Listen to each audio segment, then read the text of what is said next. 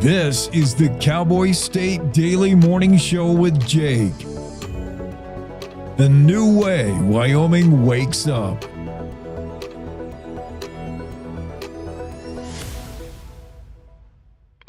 It's time to take a look at what's happening around Wyoming for Tuesday, April 8th. From the Cowboy State Daily Newsroom, I'm Wendy Kaur. Speed and alcohol may have played a role in the two-crash incident that claimed the life of a Good Samaritan who stopped to help a disabled motorist on Highway 130 between Laramie and Centennial in southern Wyoming. 18-year-old Regan Schaefer, a student at Wyotech in Laramie, had stopped to assist the driver of a Ford F-150 that was involved in a single-vehicle crash the evening of March 23rd.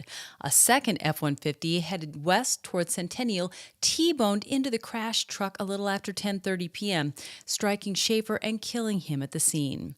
Now, Cowboy State Daily's David Madison reports that the 18-year-old driver of the truck involved in the initial crash is being charged with driving while under the influence. But the driver of the truck that killed Schaefer is facing no charges. On a snowy night, Highway Patrol said visibility was terrible. There's no lighting on the roadway. And this driver, a 49-year-old from Centennial, basically T-bones into the disabled F-150, and Regan is in the wrong place at the wrong time and loses his life there. Nathan O'Leary of Sheridan was ticketed for DUI, open container, minor in possession of alcohol, and failure to maintain a single lane of travel.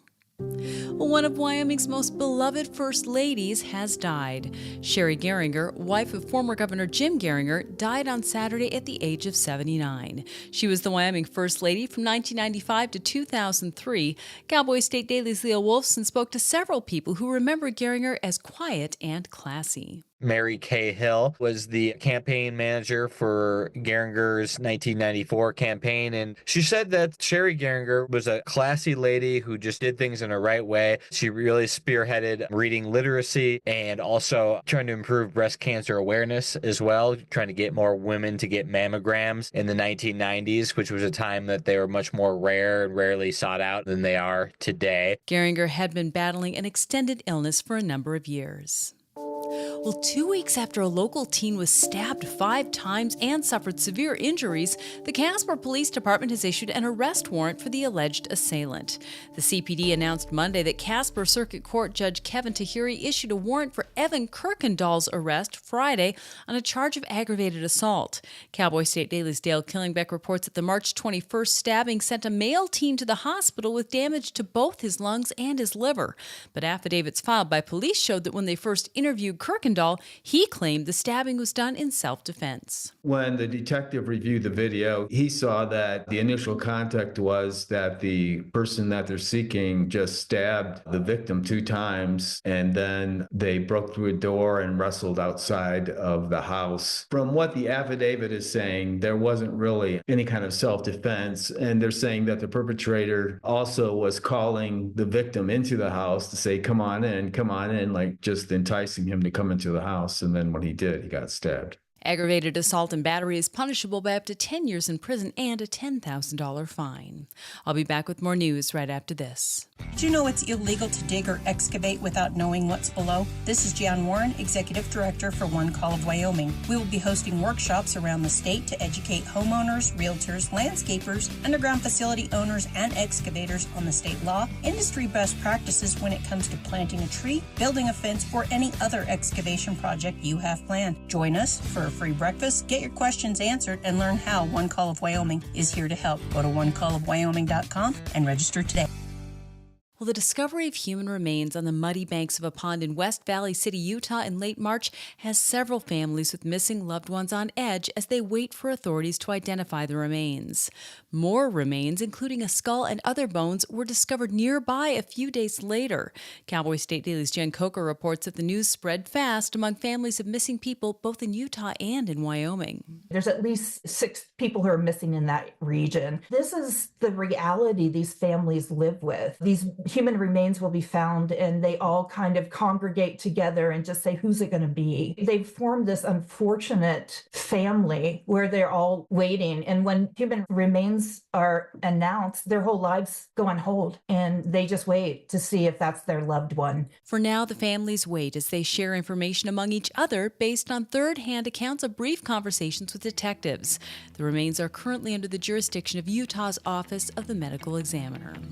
And that's today's news. You can get your free digital subscription to Wyoming's only statewide newspaper by hitting the daily newsletter button on cowboystatedaily.com. I'm Wendy Corr for Cowboy State Daily.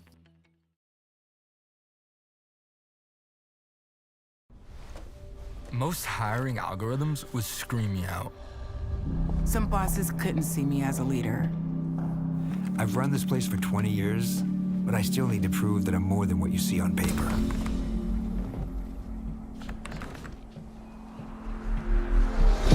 I've been running code as long as I've been able to reach a keyboard.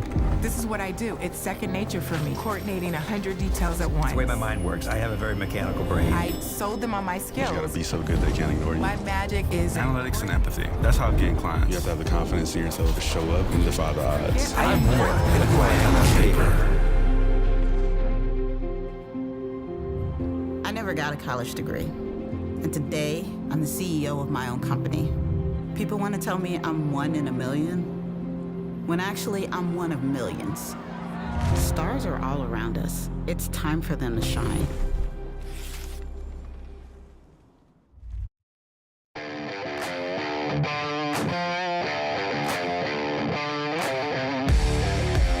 Cowboy State Daily with Jake. It's Tuesday, April 8th. Here's what we're going to do today. An alleged Pokemon thief might be headed to the Pokemon.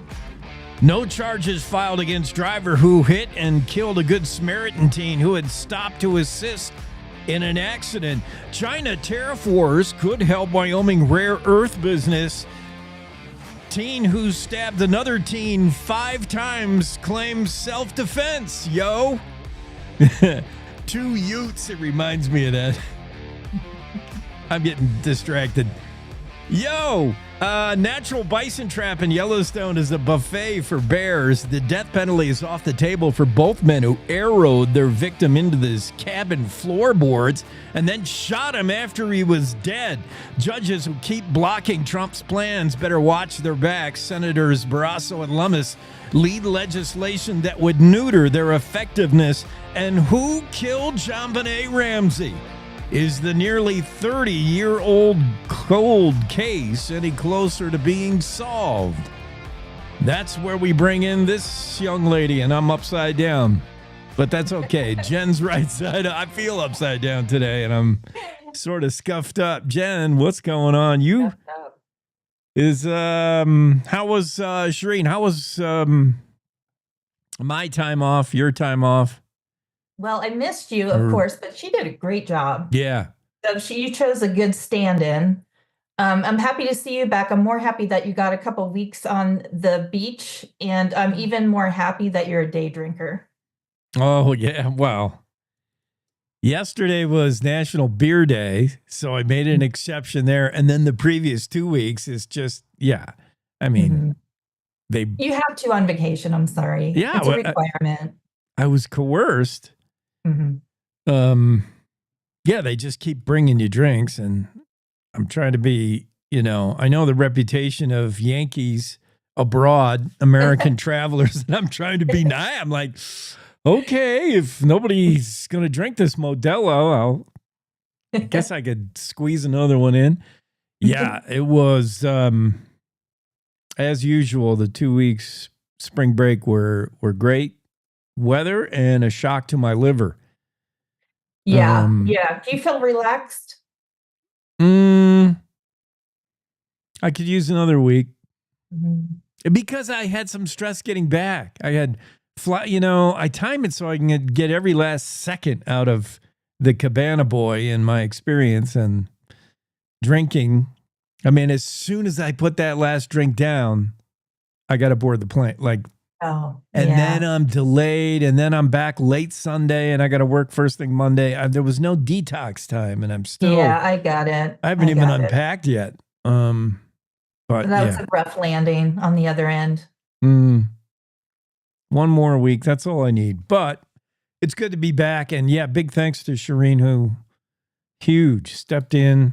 I hope you enjoyed. You kind of gave us the heads up that maybe a John Benet Ramsey, there might be some indication that just like the hijacker situation, DB Cooper, similar, like in stuff that we thought was long gone. You never know. And maybe it's somebody we looked at in the very beginning and for some reason was discounted. Build the background for us. Back when this happened, 1996, something like, is that right? That's right. Yeah. And I have to say, this is a story I knew nothing about. So there was a lot of research on my end because at first I knew about it, but I didn't know the details. And I was in touch with Jason Jensen, and he has been telling me about this for a while, that they're making progress. So I finally dug into it to see what he had.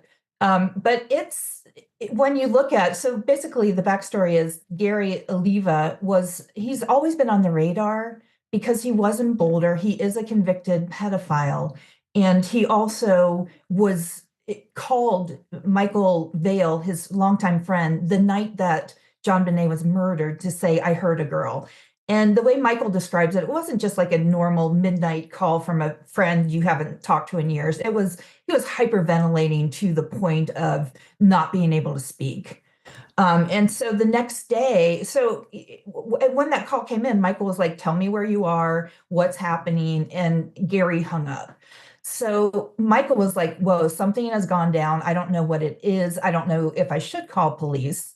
But the next day when he was reading that in the LA Times, he lives in California, that this little girl in Boulder was killed, he's like, this is it. He's finally done it. Now, keep in mind, this is after years of getting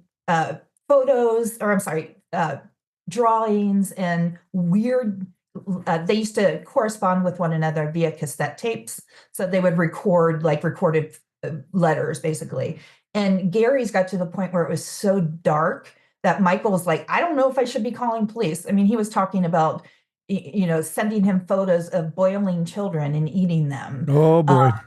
Yeah, and just really weird stuff. And at one point, he sent him a package with a cassette that had hair that came out of the envelope, like long strands of hair, combined with a photo or a missing person poster of a little girl in Oregon. So he's just like, I don't know. So when he gets this phone call, I mean, there's a history here. So he's just like, he's finally done something. And then when he read about John Benet, he immediately called the tip line and said, you've got to talk to this guy. He called me, gave him his phone number, and never heard a thing back. So it took him, and he was just sitting there waiting for the arrest. He's like, surely this guy will be arrested. But never happened. So all these years later, he's still trying to tell police, this is the guy. But granted, the snag in this whole plan is that they have DNA. It's questionable, the integrity of that DNA, depending on who you talk to. But this DNA sample that they did get eliminated Gary. However, I mean, I like when DNA works to solve a case. I don't like when it eliminates the prime and only suspect. Oh my! I mean, this thing it's almost too good. If you're an investigator, we've all seen a movie where you're like, wait a minute, this evidence is the deck is stacked against this guy, Oliva, and. Yeah, and he was in prison. After the John Benet arrest, he got arrested. He has two convictions, one in Oregon for sexually assaulting a little girl. And then in Colorado, he got arrested for having a 22 plus photos, child porn photos. And at the time of his arrest, he also had all these photos of John Benet. So he spent 8 years in prison. The problem is he was just released in January.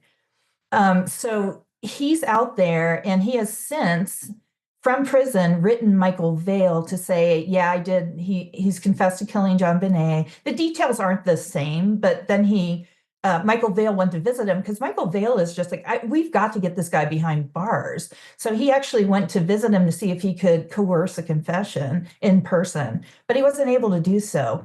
And when they finally, and Gary said, tape me. And he has all these bizarre, like, meanderings about JonBenet and how he worships her. And it's just crazy. I mean, if you hear it, it's like, this guy is insane. Right. All right, wait a minute, Jen. Why can we go back to when Gary, this is Gary Oliva, the guy is obviously going to a dark place. He said there's something wrong with him. He's already got one conviction.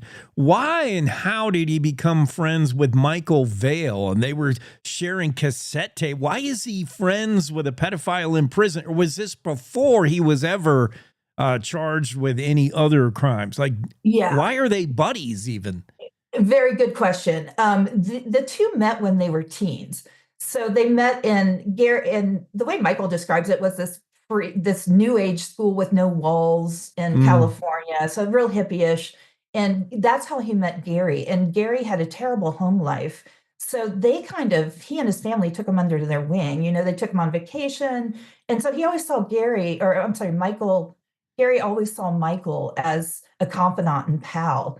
And Michael, as he was receiving these letters, you know, it gets more bizarre. And I think out of, you know, why would he write him back? I don't know. But he feels this odd connection to this guy, for better or for worse. And he feels it's his position to turn him in. And my question for him was, does Gary know you're talking to the media? Does Gary know you're talking to police?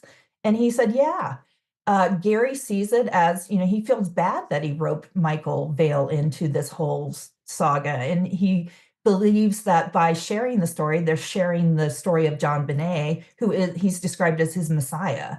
So he wants to spread the good word. I mean, it sounds, I don't want to put words in anybody's mouth, but it sounds like Gary Oliva, if he is the guilty guy, it sounds like his cry for help. Like, he does want people to know he did it, and he wants people to glorify the whole situation and JonBenet, his crazed interest. I don't know. It seems like a guy he certainly doesn't seem to be too much in denial. But why did investigators, when they got the call from Michael Vale, when Vale explained all this, and this seems like, if I get this phone call, I'm like, this is too good. Case closed. I mean, get me the prosecutor. We're going to go get the cuffs. This is done. What did the DNA evidence suggest, though? Well, there's some backstory there. So to Michael's knowledge, Gary was never questioned at first. So he does not know how long where his tip went, if it was ever vetted. So he submitted another tip a couple of years later. And he still didn't hear back, but he presumes it was vetted because he was contacted by the DA at the time, who contacted him and said, hey, I hear you have all these letters and recordings. So the DA at the time, I think it was 2002, drove out to Michael's house in California and picked everything up. So after he picked that up, I asked Michael, you know, did you hear anything back? And he said no. So it's, you know, I don't know where the investigation went after there, because the Boulder police is just locked down. They are not saying anything under the auspices of being an open investigation.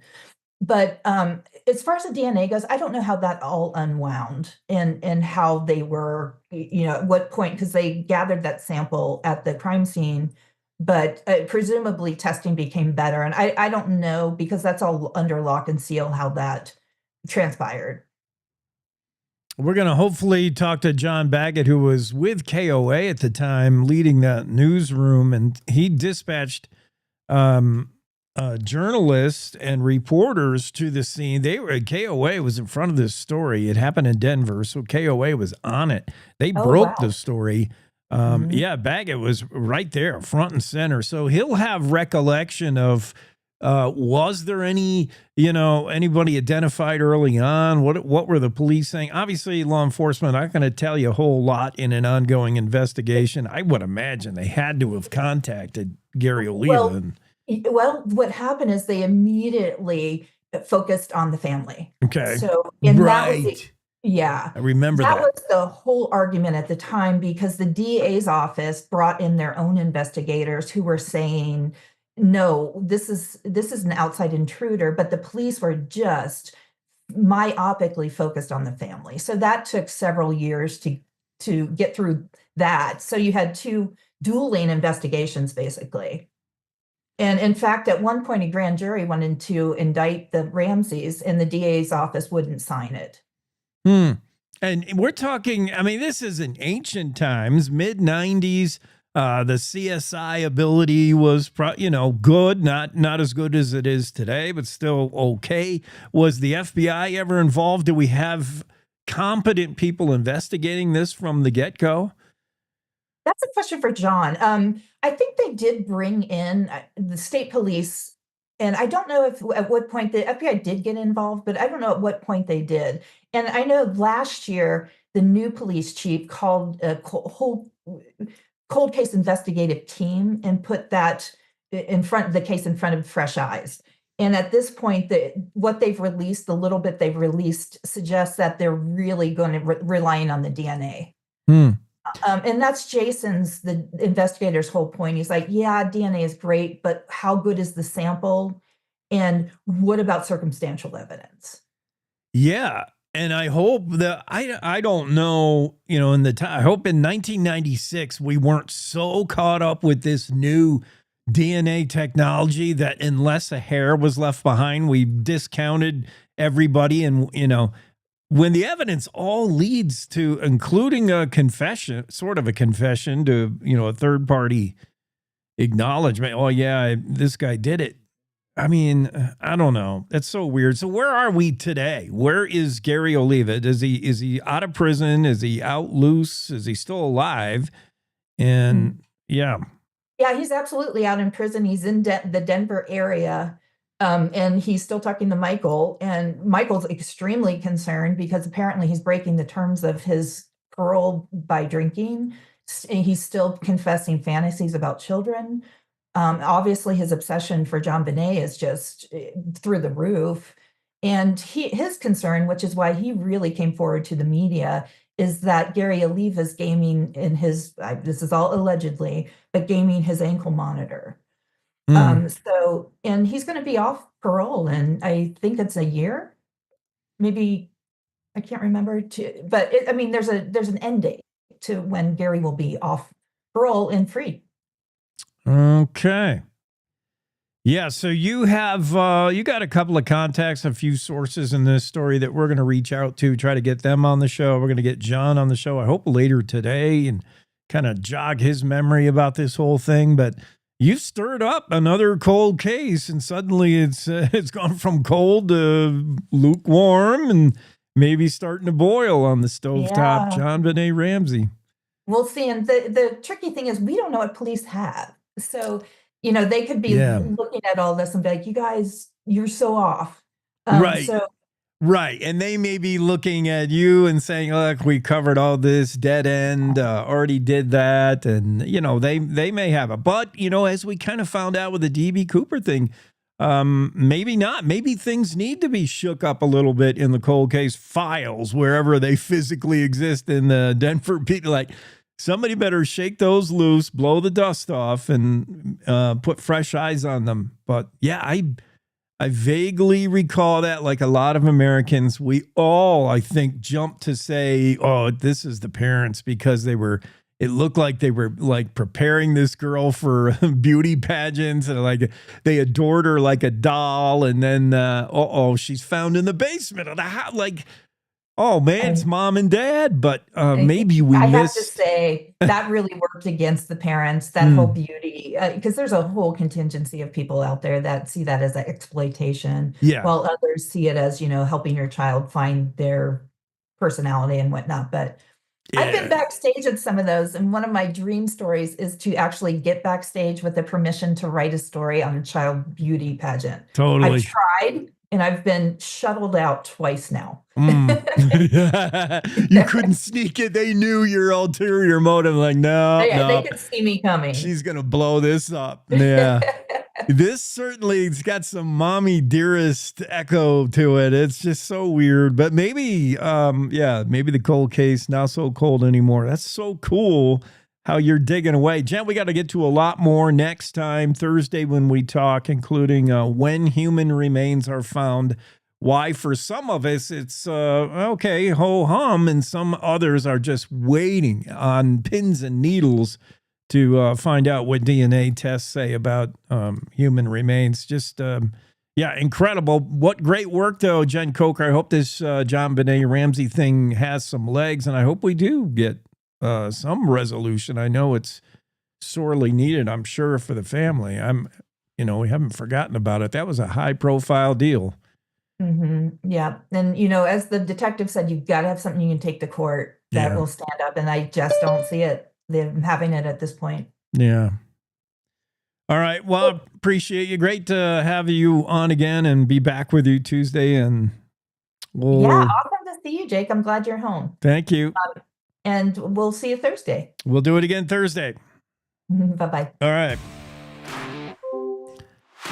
Jen Coker in the Zoom room on Tuesdays and Thursdays first hour. Waiting to get in here, Greg Johnson, Cowboy State Daily managing editor. We'll do that next after our first quick break. We're coming right back in 3. Don't go anywhere.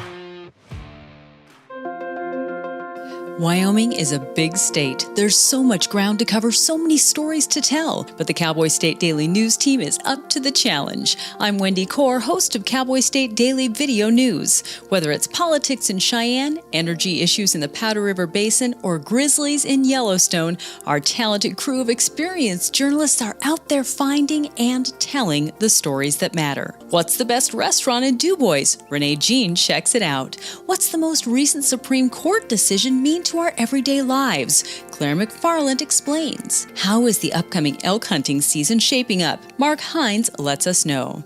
Every day, I talk to the reporters who are covering the topics, issues, and people that are important to Wyomingites, and in our daily newscast, I bring you those stories. Tune into the Cowboy State Daily Video Newscast every morning, only on CowboyStateDaily.com.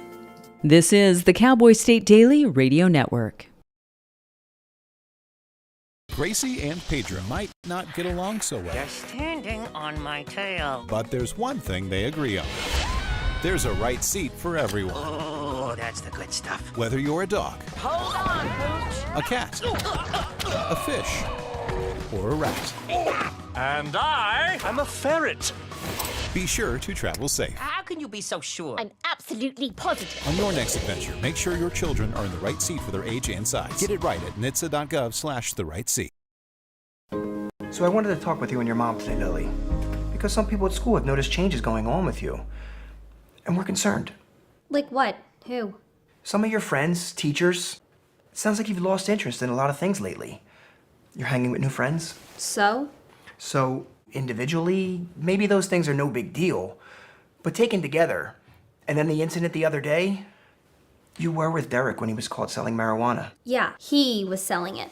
Honey, we know. But we care about you and want to know what's going on. That's right. We just want to understand better and see how we might help. And if weed is a part of it, we just want to make sure you understand the negative consequences for someone your age, the physical and mental health effects, the poor decision making, and the confusing legal aspects these days. So what do you say? Can we talk? For more information about talking with your kids about underage use of alcohol and other drugs, visit underagedrinking.samhsa.gov.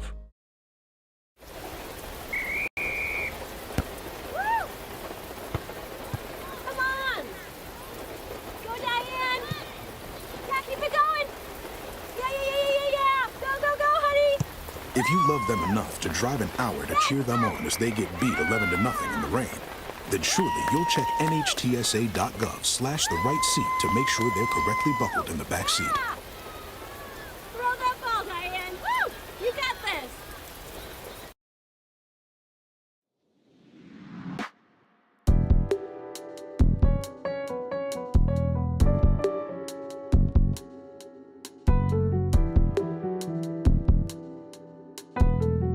Cowboy State Daily Morning Show.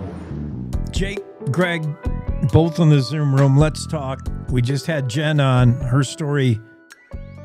Jen is sort of the missing persons cold case maven of Cowboy State Daily, and she dug into the DB Cooper thing, the hijacker that threw himself out of a plane not once but maybe twice. We might have more answers on that cold case, and Jen's been at it again. JonBenet Ramsey's story that certainly shocked the Rocky Mountain area and the nation in the mid-90s when JonBenet Ramsey, 6-year-old, found in the basement of her home. Do we have a suspect, Greg? I don't know. Well, over the years, they've had a lot of suspects, I think. And this guy's been on their radar. Yeah. But it's interesting that, this guy's, longtime friend, he's been friends with this guy. He keeps telling him that he did it. He continually confesses. He writes them letters, and they're pretty disturbing. The letters are in the story there. You can go and look at them. And, it's been brought to the authorities before, and, I guess because he doesn't match the DNA, although there's some doubt of how credible that DNA is anymore. But, this guy was telling Jen, he feels a little more urgency now that this guy who was a convicted pedophile is now out of prison. Yeah. And he's in a halfway house in a couple months. He's going to be out just all on his own, and he's still expressing these fantasies about children and things. And so, he's concerned, and I can't blame him. But I mean, he wouldn't be the first one to falsely claim that he's behind JonBenet. I don't know why people would want that kind of recognition. But yeah, it's a fascinating story. Well, when you think about this guy, Gary Olivas, certainly fits the profile. He's already done time for very similar kind of things. He's obviously down this road. He certainly would be a prime suspect. But his admission to a friend is, for investigators, that's not enough. This guy's already, in my opinion, proven he's not right in his head with his thoughts about kids and what he wants to do to them, allegedly. So is he right in his head when he says, yeah, I killed JonBenet Ramsey? Maybe he's just bragging. He's got this whole thing cooked up in his mind. So that's not enough to convict. Well, you got to have some evidence. It's not like years later. I mean, I guess the night she died, he called his friend. Right. And said, so if he did and told him I did this. If he did say, he calls his friend, he's like, I did something to a girl. I heard it, So where is that case? Like, where is that victim? If it's not JonBenet Ramsey. Good point, Greg. Yeah, and the fantasies are pretty disturbing. And I mean, he definitely seems obsessed with JonBenet. Yeah. Even years later, drawing pictures of her, writing like these love letters, asking his friend to send him pictures of her into prison. And even the weird drawings and stuff about wanting to eat children. I mean, it's Greg, if I'm on the jury and this is a trial, I got to stand up and say objection and interrupt everything and ask the judge, can we just cut to the part where we go in the room and talk about it? Like, I'm done. I've heard enough. Yeah. Can we go? I mean, for the prosecutors, you got. I mean, you can't just come down on them the whole time. I mean, now almost 30 years later, I mean, you don't know that the guy isn't just a nutcase. That after the fact, these fantasies. However, calling his friend that night kind of shows you. I don't know. I think it's definitely something they should. It's definitely interesting, and now that he's out. All right. Hold on. All right. My guess is the cat is misbehaving there, and Jake has to put him in his place. You see the automatic tracking of the camera readjusting itself. Yeah, I should have. Sorry, I should have a GoPro or something so you can see me spank the cat. Yeah, he found where I hide the treats. After months, he's finally located them and he knocked them over. They're all on the ground. So he'll be full here in a little bit, and he will have learned nothing except positive reinforcement that goofing around gets you fed. Yeah. So, justice served is finding the real killer of JonBenet Ramsey, but also justice is making sure bad people aren't able to do bad things to society. And so that's what I'm concerned about. Now, I want to move forward. This is 1996. JonBenet Ramsey, we may never know who killed her, but now is today, and we got a guy who, if he didn't do it, he certainly is ready to be the next JonBenet Ramsey killer. I mean, he's a walking time bomb. And yeah, but that's the interesting thing, is that you don't lock people up for things they haven't done yet. Well, you do. If I watched Minority Report on the flight back from Mexico. I'm not saying you shouldn't. I'm just saying that's the way it is. You're right. We don't have the Minority Report. I know the red ball that comes down. Right, he's going to commit a crime, so let's put him away now. I mean, for the guy's own good, for the good of society, certainly there are things. Protocol today where he's going to have to register as a sex offender. You're going to know he can't live near a school, etc. But to have this guy running around with no ankle monitor, just a regular free dude. Oh man, I don't like it at all. But interesting. Oh, yeah. Well, I went to see you. I lived in Boulder for a little while I was going to college. I grew up on the Front Range there in the North Denver area. And this was all over the place. This was like one of the first huge viral. Yeah. The internet was just coming on. Oh, right. 1996. Not that there weren't other, big things like Son of Sam and Helter Skelter and all that stuff, but this was the first one that really kind of catch on and spread through message boards and the ability Netscape and stuff like that, right? Long before mid-90s, the ability for news to go viral was, you had newspapers, radio, you had media. News could go fast, but it was the rumor mill and everybody talking about it like, oh, I bet it was the mom, the dad. That's what was going on. There was a buzz for sure. Nationwide. John Baggett will be on the show, I hope, later today. Baggett was with KOA at the time, and they were on the forefront of the story, if not breaking that story out of Denver. So we'll talk to Bags and see if he can jog his memory as to what it felt like covering that. Very strange. Way to go, Jen, though. Jen Coker digging up those old cold cases. Not so cold anymore. What else in the news that's kind of interesting? Nothing. Oh, no, come on. Just kidding. A lot of good stuff. Yesterday, they did have, Leo did a good job on, about the death of the former First Lady, Sherry Geringer. That's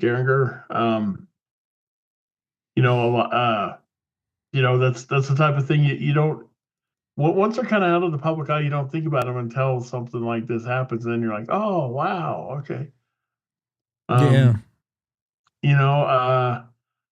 Mark's story on Blacktail Pond being a bison death trap and a buffet for bears. The video is pretty stark. I guess in the wintertime, they go walking out there and just fall in. Get stuck. Yeah, I've heard lots of stories about that Yellowstone, that supposedly the bison trying to get warm in the winter will go near some of the thermal features and they'll break through the crust and boil a little bit, and then the bears come along in the spring and like, oh wow, somebody laid out the buffet for us. It's a tough life being a bison. Maybe that's why they're always on the edge of angry. and goring people. They look like big fluffy cows, and they pose for tourists, and they're all just leading us in so they can get a good gore at us because they're mad that they get stuck in stuff, and then bears come along and eat them. Yeah, good story from Mark. And if you haven't already, Greg, I would love for you to sick Mark on this story that's going nationwide. Although I'm surprised it's not a bigger story, but the dire wolf and the bringing it back. It is a pretty big story, and actually, Andrew's on that. We've actually got a story. Excellent. We have a story on that. This is the same company that wants to bring back the mammoths and suggested Yellowstone as an ecosystem to bring the mammoths back. We had that story. Yeah. And had a lot of fun with it, but it was also, there's a lot of science to it too about how, they're actually, trying to bring these extinct animals back. And if Yellowstone, I had a lot of fun, creating the photo of, mammoths walking around, all faithful there, what it be. But these dire wolves. And of course, the first thing you think of is Game of Thrones, the big giant dire wolves in the Game of Thrones. And, oh, wow, maybe I can have one as my protector pet, or I know. I'm reading these headlines, dire wolf back from extinction after 10,000 years. And I'm thinking, obviously it's Jurassic Park flashbacks. What could possibly go wrong bringing this animal out of extinction? Yeah, put them in Colorado. They're having no problems with regular wolves now. Let's put the giant. Right. Let's get a bigger one. Giant, more aggressive one down there. We've reintroduced the gray wolf, and that thing cannot stay out of trouble. And then let's bring a bigger one back. Colossal. Well, and that's the thing. What do they do if you do have them back, and you are gonna put them back into the ecosystem? Where do they fit? Yeah. Where do you put them? And then do they go out and hunt down and extinct your regular wolves? Do they take over? Can they coexist with? Right. There's a lot of questions. Oh yeah. Too many that are unanswered, and yet the science is out in front of it. We've still got to answer some questions. What are you going to do with this dire wolf? You can't possibly put it back out there in the ecosystem. You can't just drop it into the greater Yellowstone ecosystem and say, all right, have at it. You're going to have to first bring back the woolly mammoths so the dire wolf has something to eat. Then you got to teach the dire wolf, look, don't eat the bison. You are supposed to kill the woolly mammoths and eat those. And then along comes the bear from spring hibernation, and he sees a woolly mammoth stuck in the Blacktail Butte ponds or whatever it is. And he's like, wow, that's a lot better than these bison I've been snacking on the last few springs. Look at that thing. Yeah. What do you do with them? What do you do with them? We got 3 of them now. Where do they fit? How will they? How will they? That's what you get. You think that they're going to screw it up? Oh yeah. They're alpha predators, right? No, that the dire wolf isn't going to. The dire wolf's just going to do what dire wolves do. It's mankind that'll screw it up. Where do you put them that they're not going to? Well, you follow Hollywood. You put them on an uninhabited island, maybe that one that Trump exercised tariffs against that nobody lives on. You put them on that thing like Jurassic Park, and you bring the woolly mammoth. This company, by the way, is Colossal, and they've also supposedly been working on a dodo and a Tasmanian tiger since 2021. They're trying to bring these animals back using this cloning. New Scientist is among many outlets I see questioning whether this is a true dire wolf. Is it not just a gray wolf with the last few tweaks? And they have reasons to believe. Colossal said they've done like 20 tweaks to the gray wolf DNA. And New Scientist said, well, you'd have to do a lot more than that. Even though the two animals share like 95% of their DNA, it still leaves 5%, which is equal to like millions of different DNA combinations. Oh, yeah. Because aren't we like 1% removed from a chimp or something like that? Right. And you look at, the difference, it still creates millions and like 24 million potential scenarios. And to hear that Colossal said they just did 24 tweaks to the DNA of a gray wolf. Yeah, I don't know. But if it is the dire wolf, what do you do with it? There's so many questions and not enough answers. But I'm glad. I'll be interested to read Andrew's story about that. We got a few more stories we got to get to, a handful more, and we'll do it right after this quick break. Stay with us, Greg. Let's come back in 3. Want to stay in touch with what's happening around Wyoming? I'm Wendy Core, host of the Cowboy State Daily video newscast. From Mountain View to Upton, from Jackson to Cheyenne, our reporters are out there finding and telling the stories that matter. Every day, I talk to the talented journalists who are covering the topics, issues, and people that are important to Wyomingites. And in our daily newscast, I bring you their stories. Tune in to Cowboy State Daily video news every morning, only on cowboystatedaily.com. Wyoming is a big state. There are so many stories to tell, and here at Cowboy State Daily, we pride ourselves in bringing those stories to you every day. I'm Riley Strand, videographer and production assistant for Cowboy State Daily Video News. Every day, host Wendy Core and I talk to the experienced journalists who are covering the topics, issues, and people that are important to Wyomingites. And in our daily newscast, we bring you their stories. Tune in to Cowboy State Daily Video News every morning, only on cowboystatedaily.com. You're listening to the Cowboy State Daily Radio Network. In today's digital world, it's hard to know who to trust. Your local TV and radio stations bring you the facts. Misinformation and deep fakes flood social media, but broadcasters deliver verified and accurate news. For news, emergency updates, sports, and entertainment, turn to your local stations. Text TV to 52886 and urge Congress to support the vital local journalism broadcasters provide. Did you hear? Todd's in the hospital. Who's Todd? He got a collapsed lung from vaping. He thought it was cool. Not cool. Promise you won't vape, Emma. It can lead to a lifelong addiction, and we can't be friends if your lungs collapse. Bogus. Wacky sitcom teens aren't the best people to talk to your kid about vaping. Hey, you got a minute? You are. Start the conversation with your child about vaping today.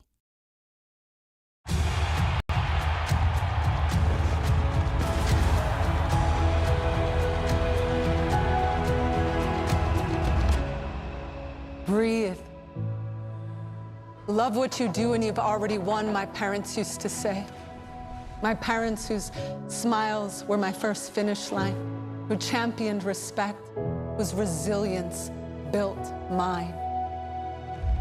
Even more than I wanted a gold medal, I wanted a heart of gold, like the mentors who were my balance beams refusing to let me down, and the coaches who spoke out to anything out of bounds, heroes who never stood on podiums, but stood up for me.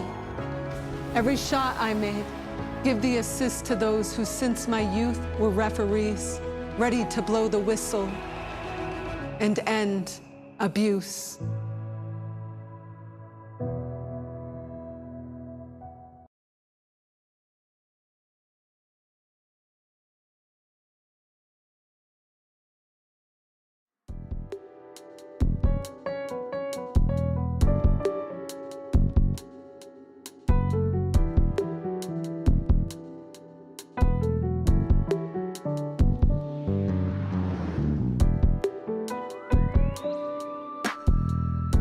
Back to it here in hour 1 of the Cowboy State Daily Show with Greg Johnson.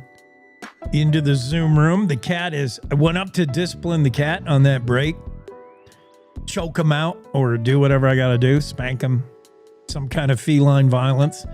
And he's now laying on the couch like sweet as can be, like nothing happened. You know, that cat looked like, what? I didn't do nothing. I couldn't raise a hand to him. Your cat do that too? Like something crashes in the other room, you come running in and he gives you the old innocent look like, I don't know. You're on mute. No, I think I got the only cat in the world who doesn't knock stuff over and stuff. Really? Yeah, she's just good that way. I don't know why. Wow. But I'm not complaining. Heads up to Colossal. Clone that cat. And then maybe we can get a string of cats moving forward that doesn't knock stuff off of the counter. Oh no, there's a crash all the time. Every cat. And they all give you the same look, like whatever crashed is 3 feet underneath them, and they're on the counter where you told them a jillion times they're not supposed to be, and their paws in mid-swipe, and they just look at you like, I didn't do that. That fell by itself. You got a cat who, okay, good for you.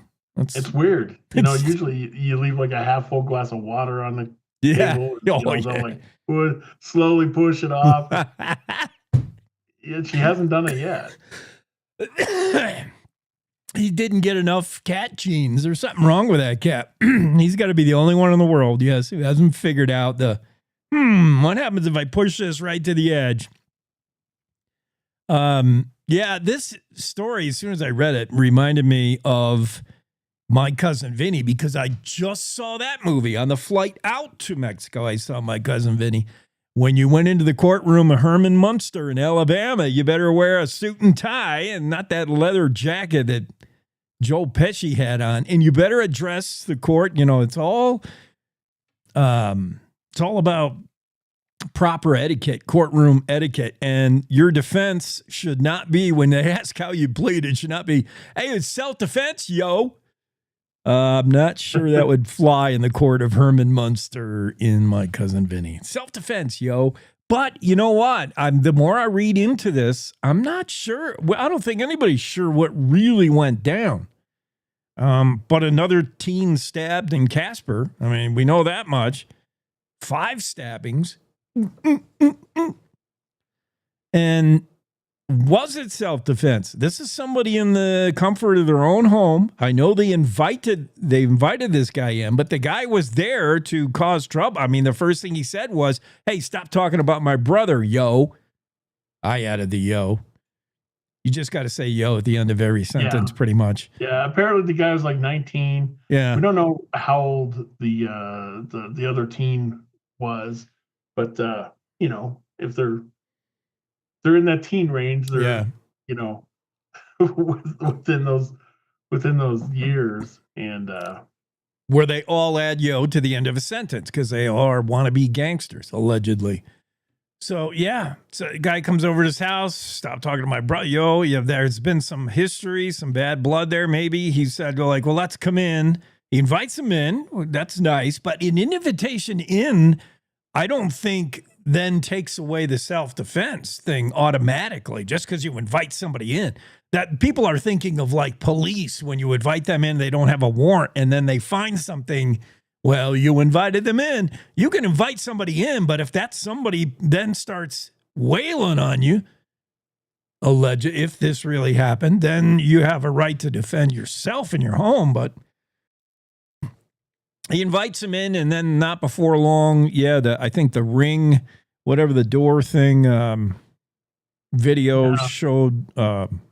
I think, I mean, they probably, I mean, I'm sure they talked to enough witnesses and other people, and that's why they charged. I mean, it took them a while. I mean, this happened 2 weeks earlier. Yeah. So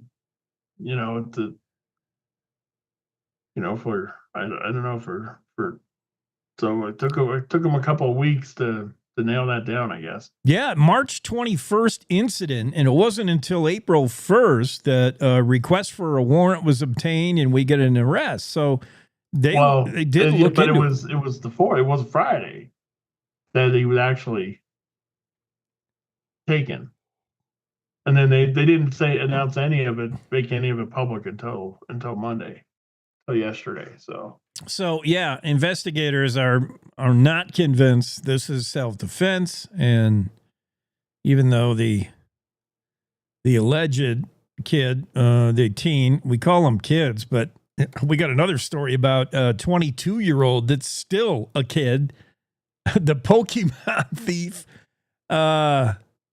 I don't know. Do we want to go there? I wasn't. Yeah, there was a couple people in the comments on this Casper story that were upset that the headline said Casper teen. Yeah. Tells police stabbing I another saw that. teen. So he's not a teen, he's an adult. Well, he's both. Yes.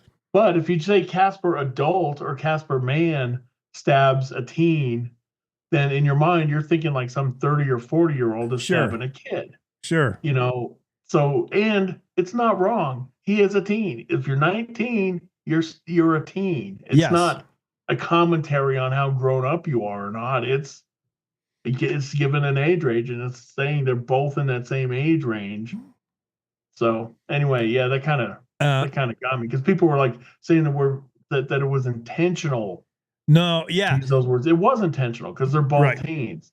I saw that. Saying that we need to correct it, and we don't need to correct that because it's not wrong. Right. If something is wrong, we do, and we do that, and we point it out. But just because they're old enough to drink it, that's fine. But that's not what the headline was about. And it would have been more incorrect to say. It would have been more misleading. I'm saying to say, Casper man stabs teen 5 times because it makes it sound like some grown up older man. No, it would have been less detailed. I mean, the journalist is always trying to give you, the reader, the most details you can be, the most descriptive you can be. And when you say adult, that covers age 18 to 99.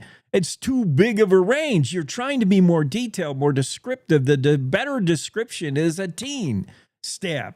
And I understand that. I saw the comments on Facebook, and there's some people confused as to what constitutes an adult.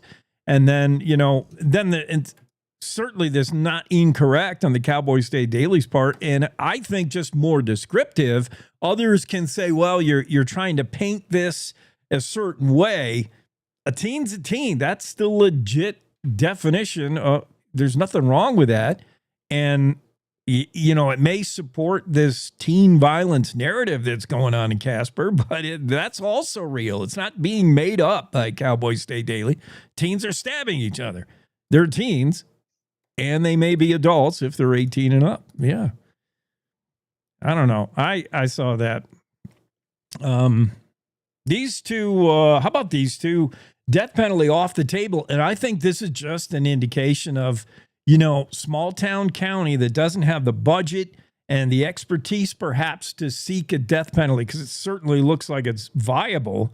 But in the case of the Sublette County, the top prosecutor just announced yesterday that no death penalty off the table for either big piney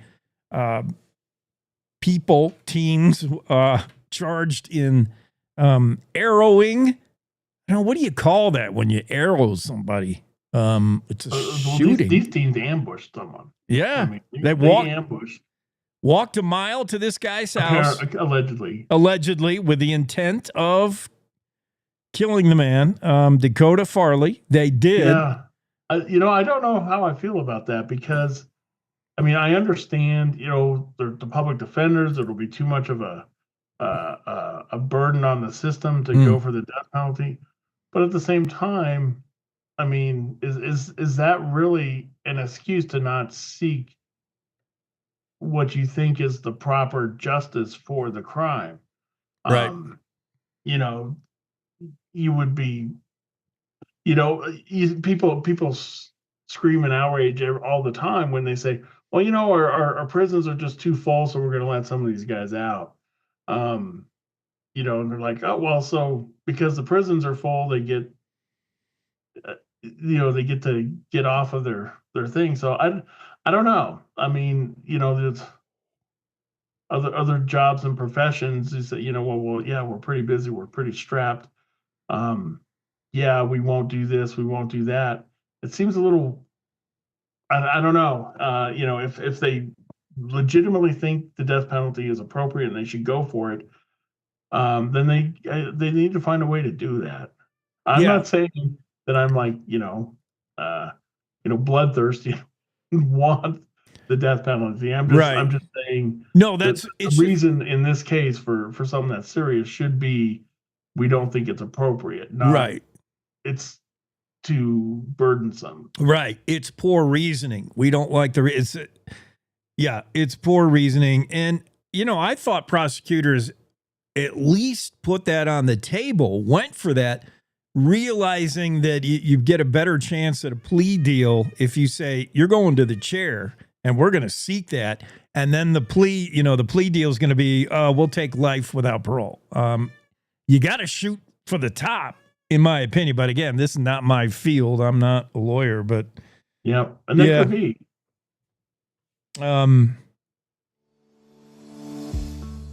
Yeah, we got so many interesting stories. Can't possibly. Amazing, but I got to go, Jake. I gotta go buy a Pokemon card off a guy. We're gonna talk about that later. Careful though. Don't let him look at it. Just let him see. Like, hold it. Don't let him hold it. Don't touch the merchandise. We'll talk about that later. Have a great Tuesday. All right, I'll see you. Cowboy State Daily Tuesday edition. We got a break for the top of the hour news. We'll see you on the other side.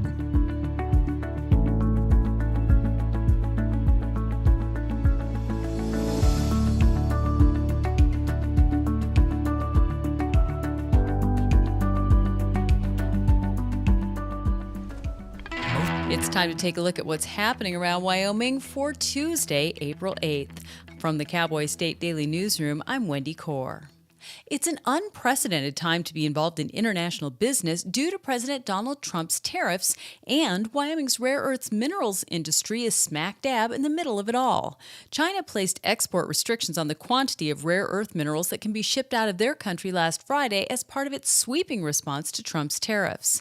Cowboy State Daily's Leah Wolfson reports that if the restrictions last, it will cause a significant impact to Wyoming's burgeoning rare earth minerals industry, which could be a positive in the long run. I spoke to Melissa Sanderson, who is a non-executive director at American Rare Earths. American Rare Earths is currently working on a minerals project near Halleck Creek outside Wheatland. And even though they're not going to be starting mining until at least 2029, she said if China holds tough on these restrictions, it could be a boon for American Rare Earth companies. The purpose of Trump's trade war is to help bring jobs and economic opportunities back to America. The American rare earth minerals industry, however, is for the most part not commercially operational yet, leaving a major question mark as to what China's restrictions will mean in the short term. Well, for the second of two young Big Piney men accused of murdering their friend with a bow and arrow, the prosecutor has withdrawn the possibility of the death penalty. Now, neither 19-year-old Rowan Littauer nor 18-year-old Orion Schlesinger will face the death penalty. But Cowboy State Daily's Claire McFarland reports that both could still face life in prison if convicted of first-degree murder and conspiring to commit first-degree murder, respectively, in the February 2nd death of 23-year-old Big Piney man Dakota Farley. Last month, Clayton Milinkovich, the Sublette County attorney, said for Orion Schlesinger, who was charged with conspiracy to commit murder, like, okay, we're not doing this. The jury probably wouldn't call for death, and the public defender's office is in crisis across the state with the shortages. Schlesinger is accused, alongside Littauer, of conspiring to commit first-degree murder on claims that Schlesinger plotted the murder with Littauer. Schlesinger faces one felony theft charge as well on evidence that he stole Farley's gun. Between July 2023 and July 2024, the population of Washakie County fell by 1%. That was part of a longer-term drop-off since its 1980 peak at nearly 9,500 residents. Worland is the seat of Washakie County, one of 11 rural counties in the state whose numbers are in decline, according to recent U.S. Census data. Cowboy State Daily's Zachary Sontag reports that if the decline continues in Washakie and other counties, it could have spiraling impacts. With a daycare center in Lusk, where just as few as a few years ago, they had 10 employees. Since then, they're down to 2 full-time employees. They can only care for less than 10 kids. And by the end of the year, they plan on closing their doors entirely. If you're a working parent and you can't have a place to take your kid, that means you can't join the job force. Goshen County Commissioner Michael McNamee said he continues to hope that young people will come back to Goshen County and want to be a part of what their families have done on their farms and ranches for generations. I'll be back with more news right after this. Did you know it's illegal to dig or excavate without knowing what's below? This is Jan Warren, Executive Director for One Call of Wyoming. We will be hosting workshops around the state to educate homeowners, realtors, landscapers, underground facility owners, and excavators on the state law, industry best practices when it comes to planting a tree, building a fence, or any other excavation project you have planned. Join us for a free breakfast, get your questions answered, and learn how One Call of Wyoming is here to help. Go to onecallofwyoming.com and register today. Nature's harsh side comes into sharp focus in the Blacktail Pond area of Yellowstone National Park. Migrating bison can fall through the ice or get bogged down in the mud, sometimes struggling for hours before they die. But Cowboy State Daily's Mark Hines reports that what's bad news for bison is great news for grizzly bears, wolves, and other carnivores that show up to feed on the massive carcasses. It's really good news for creatures like grizzly bears, foxes, wolves, anything that can benefit from that high-quality protein that the bison are so, I guess, not graciously, but unfortunately for them, providing for all these other animals. Blacktail Pond is in a highly visible area near the road, so on one hand that gives early season tourists a chance to admire the migrating bison herds and perhaps catch a glimpse of real life and death struggles. On the other hand, that can draw hungry grizzlies looking for a meal of bison meat uncomfortably close to crowds. And that's today's news. Get your free digital subscription to Wyoming's only statewide newspaper by hitting the daily newsletter button on cowboystatedaily.com. I'm Wendy Core for Cowboy State Daily. When it comes to making plans, you are the best. Those 9 months were also 273 days of planning. What about your daughter's first costume party? It was out of this world. And let's not forget those barbecues you plan in detail for your family and your more vegetarian by the day best friends. That surprise party for your parents' golden anniversary? You get the golden planning. The same way you plan each detail for those moments, start planning to protect you and your loved ones from a natural disaster. Sign up for local weather and emergency alerts. Prepare an emergency kit and make a family communications plan. Protecting your family is the best plan you can make.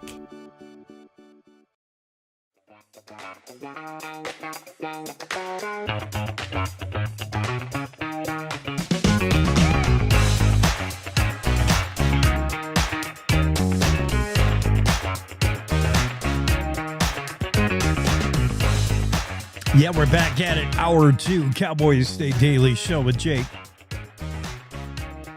On a Tuesday. A lot of stories we got to get to. A lot of crime stories and people that ought to know better. People that ought to be in prison. According to Judge Jake. Just unfortunate crime stuff. And to me, so much of it comes from fatherless households and kids that are allowed to be kids for too long. 22-year-old still collecting Pokemon cards. Not that there's anything wrong with Pokemon cards at age 22, but stealing Pokemon cards. We're going to get to that story in a minute.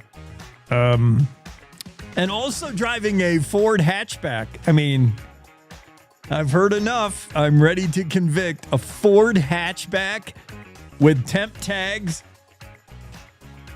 This cat is into the snacks again.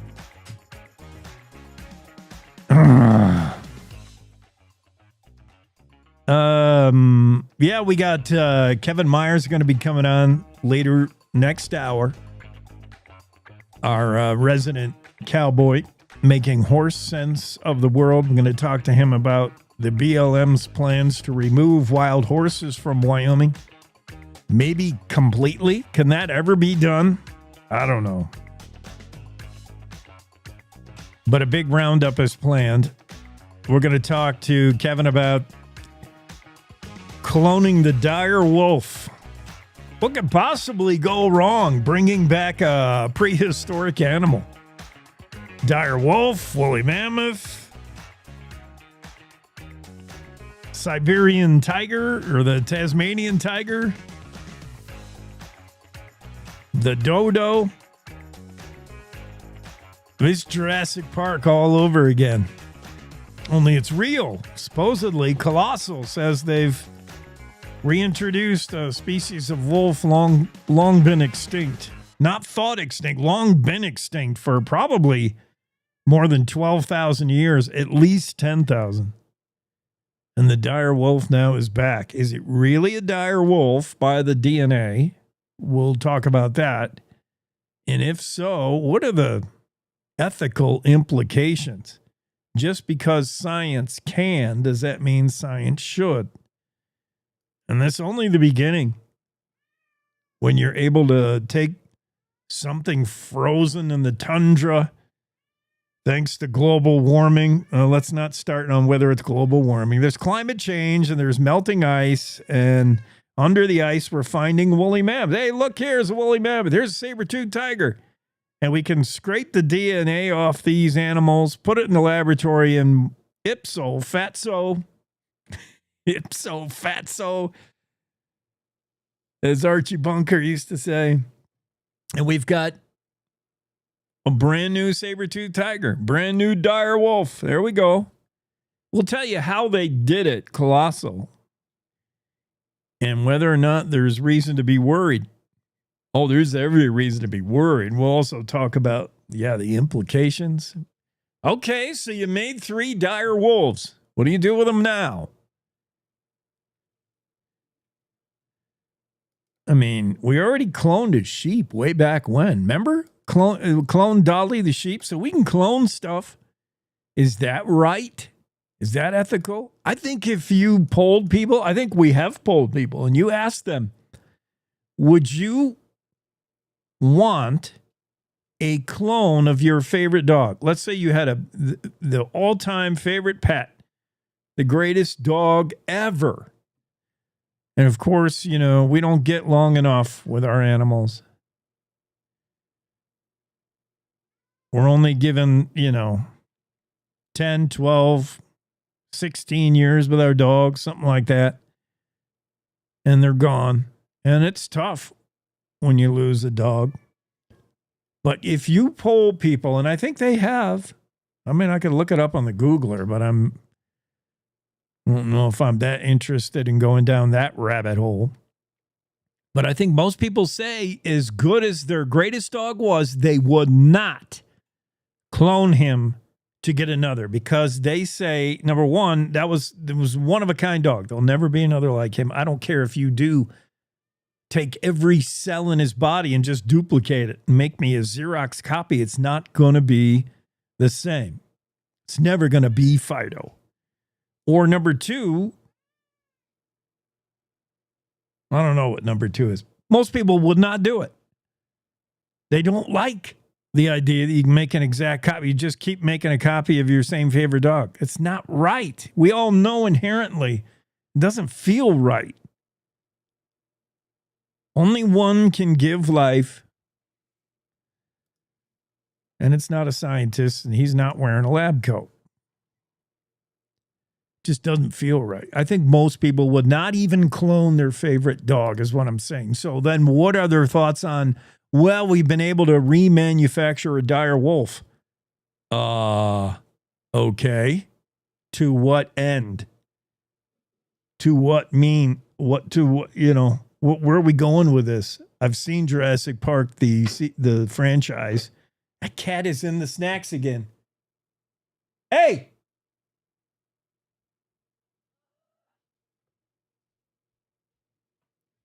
Throw him out the house if you get a chance.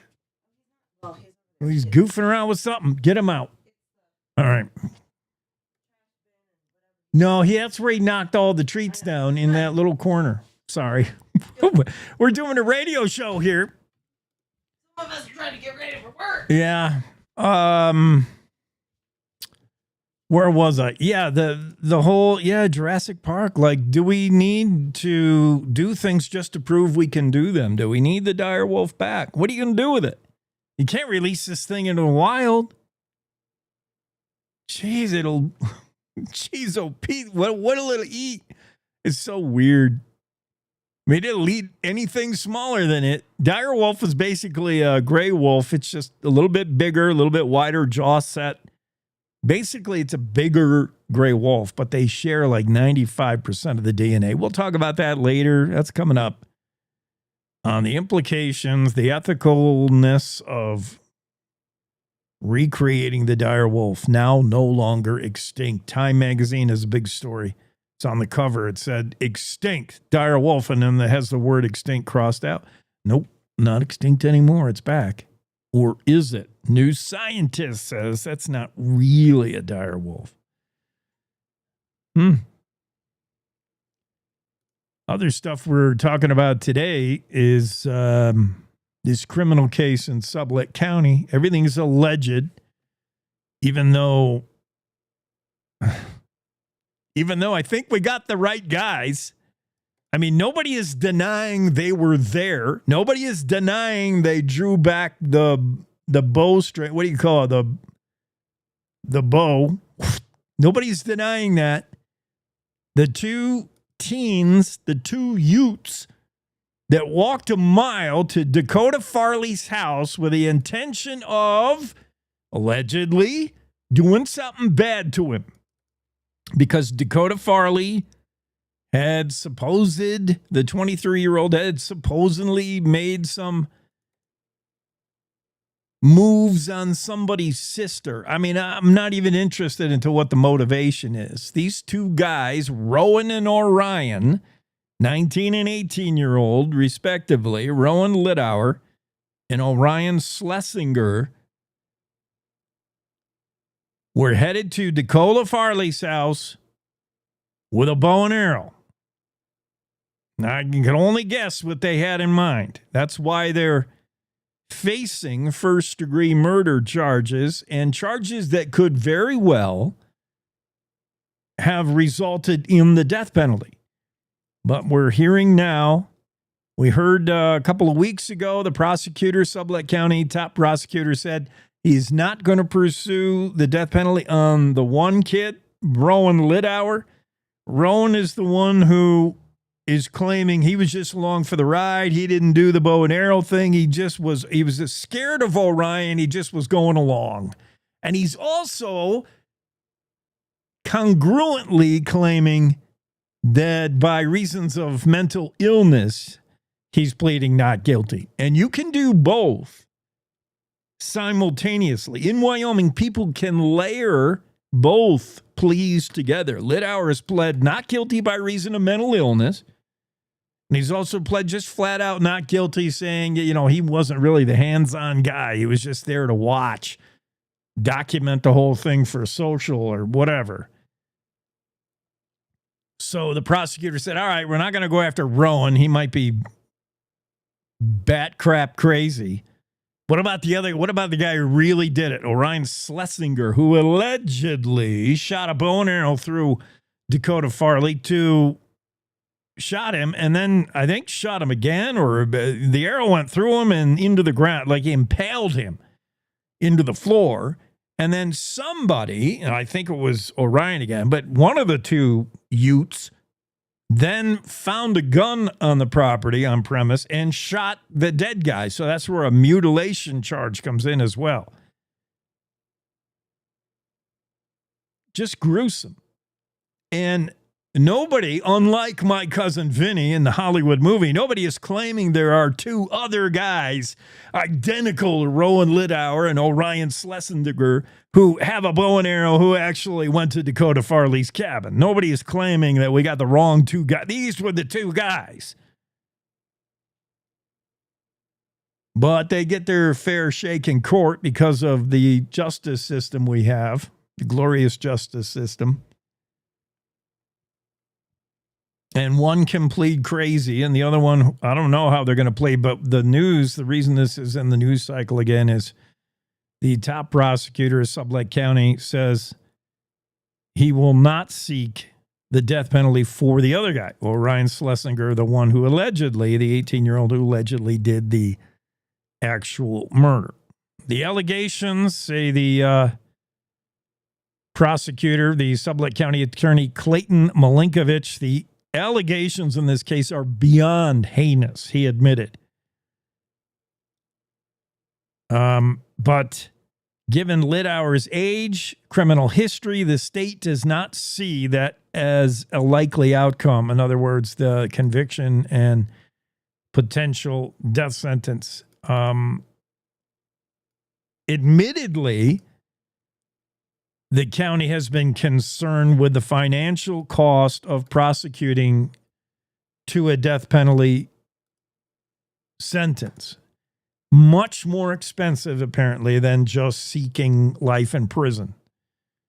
If you're seeking the death penalty, that comes with appeal. We all know guys are on death row for 2 decades as the appeals are being heard, and it's terribly expensive for Sublette County to prosecute a death penalty case. They've never done so, ever, I would imagine.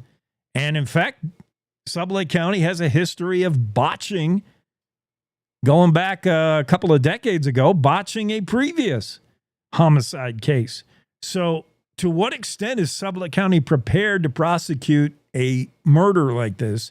And to what financial extent can they do it to a death penalty conviction? That's where the reasoning comes in. And it's unfortunate that because of the limitations of the county.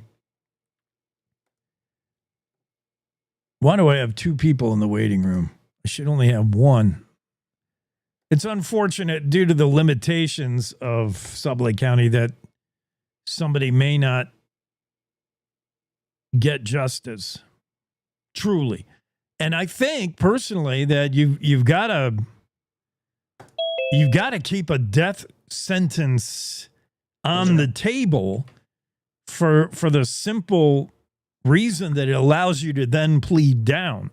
If you're even if you know that's not going to be possible, you at least have it on the table so then you can plead down. But yeah, it's just I don't know. It's just horrible. Nothing's going to bring Dakota Farley back, that's for sure. Let's get into the Zoomer. We always seem to be picking up Don Day on a down note. We're talking about like crime and murders, and then we got a poor Don Day has to come in and tell us about the weather. So we're already depressed, Don. You better make the sun shine. What's happening, man? It's Tuesday. Yesterday was okay, real comfortable. Yeah, actually, yesterday was gorgeous. I know, beautiful, really. I mean, it might be TMI for me, but I go with the long johns as long as it's below 50. Right up through the 40s, I'm rocking the long johns. So I come back from Mexico, and I haven't worn clothes in 2 weeks. Like, I haven't worn a shirt literally in 15 days.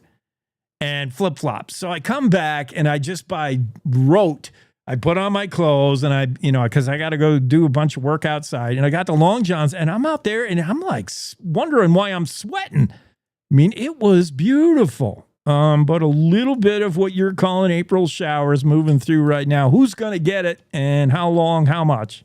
Yeah, not going to be very much. It's mainly the northern half of the state. We'll see some showers, a few isolated thunderstorms. And temperatures are still going to be mild. The central and the south, unfortunately, will be hit by the wind. Winds are already picking up, and they're going to be quite strong. So watch out for those crosswinds on I-80 and I-25, South Pass, Muddy Gap, those areas.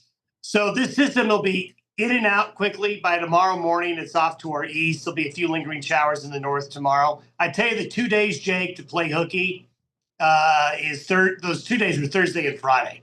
Just going to be gorgeous. The winds will lay down. Temperatures will go back up again. And then the weekend, of course, will bring a change. We'll start off Saturday, okay, but by Saturday afternoon, Saturday night, and Sunday, it's going to be colder. And again, the north and the west will get a chance of some rain and snow. I don't expect it to be a lot, but the weekend is going to be a bit unsettled. The 2 nicest days coming up are Thursday and Friday. That sounds good. I'm going to book a tea time Thursday or Friday. I like that. The weekend, yeah.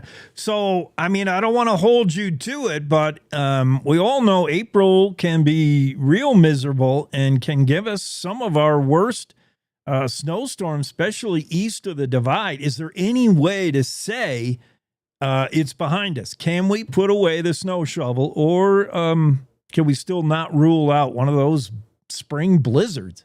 Absolutely do not put the snow shovel away. Okay. I mean, see, today is April 8th. So my rule of thumb around these parts is that you really got to get past Mother's Day before you can breathe easy. Because even, you can have a week of 70s and 80s. I mean, we've seen that a lot of times and then get hit with a snowstorm in late April or May. Now, I will say this. I think that, at least here for a good week or so, there's nothing really big looming on the horizon.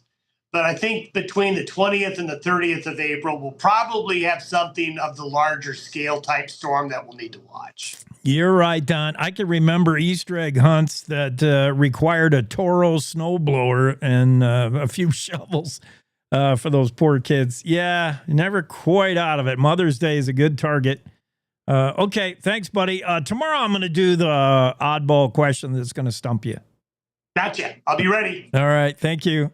Bye-bye. Don day weather forecast. Yeah, don't put away the snow shovel quite yet. We're not there, but things going to be looking good Thursday and Friday. You heard that. So, yeah, if you're thinking about calling the boss, telling him you're going to come down with one of those flus, Thursday or Friday would be a good day to do it. Quick break. We'll be right back into the Zoom room with Bags.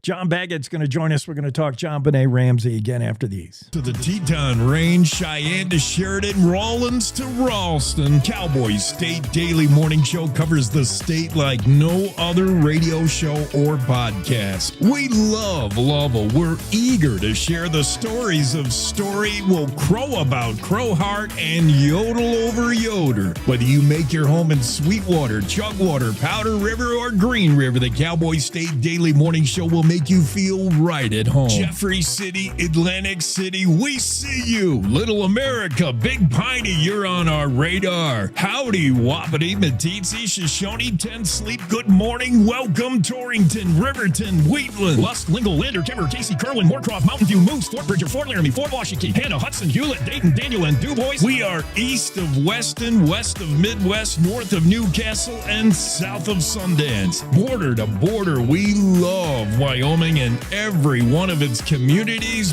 bar none. This is the Cowboy State Daily Radio Network. When you hear the words nonprofit organization, what comes to mind? Is it a place your dog called home before finding you? Is it an organization that supports accessibility? Is it a place that ensures your safety and that of those you love? That protects endangered wildlife and habitats or fights for our most basic needs? It's impossible to show all the ways nonprofit organizations make a difference in our world. One animal, one person, one cause at a time, but it's not impossible to be part of it. When you give what you have to a nonprofit organization that needs what you can give, you help promote, protect, and strengthen the reach of these incredible organizations. The Nonprofit Alliance is here, helping connect people like you to the nonprofits that enrich your life, your community, and the world we share. Reach out to a nonprofit organization that inspires you today to find how you can help make the world a better place.